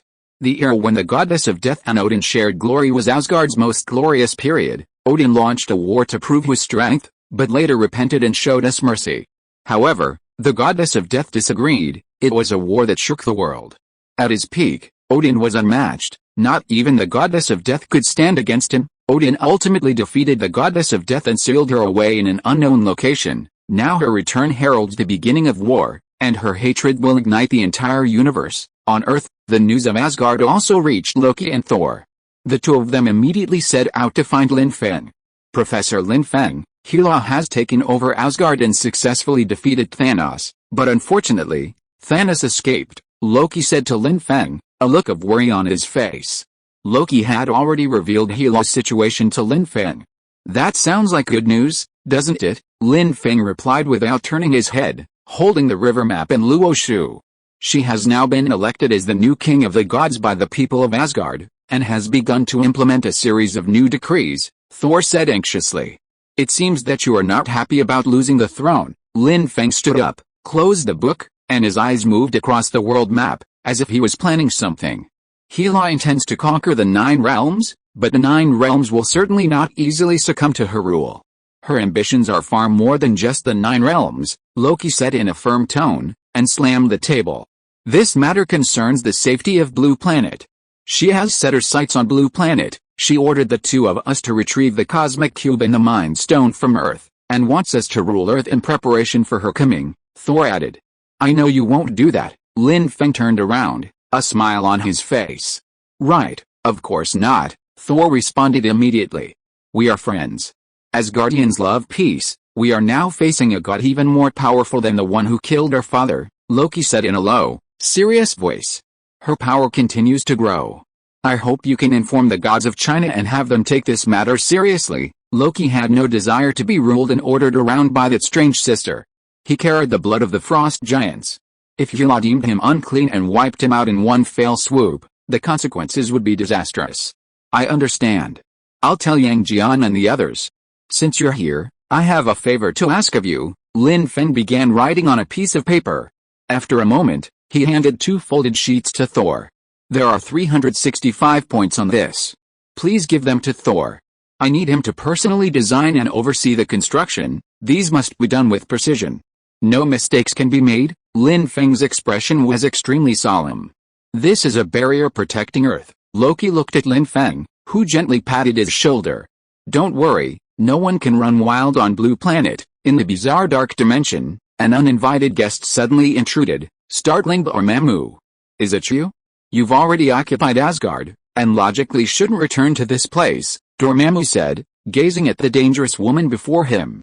You've been to Blue Planet, and I'm going to take it now. Heimdall told me that the Chinese gods are extremely powerful, and you warned me as well, Hela asked, gazing at the enormous Dormammu. My power will weaken after leaving Asgard. I wonder if my current strength can defeat the Chinese gods. No, Dormammu replied bluntly. Its massive face circled Hela, who said with some displeasure, don't hang around me. I'll be tempted to attack you. You can't kill me, Dormammu said nonchalantly. Your power surpasses Odin's at his peak, but it's still not strong enough. The Chinese gods possess a world similar to mine. Without concealing the information about the demon emperor, Emperor Jun, it offered Hela as suggestion. You can also draw upon other powers. We are intelligent creatures.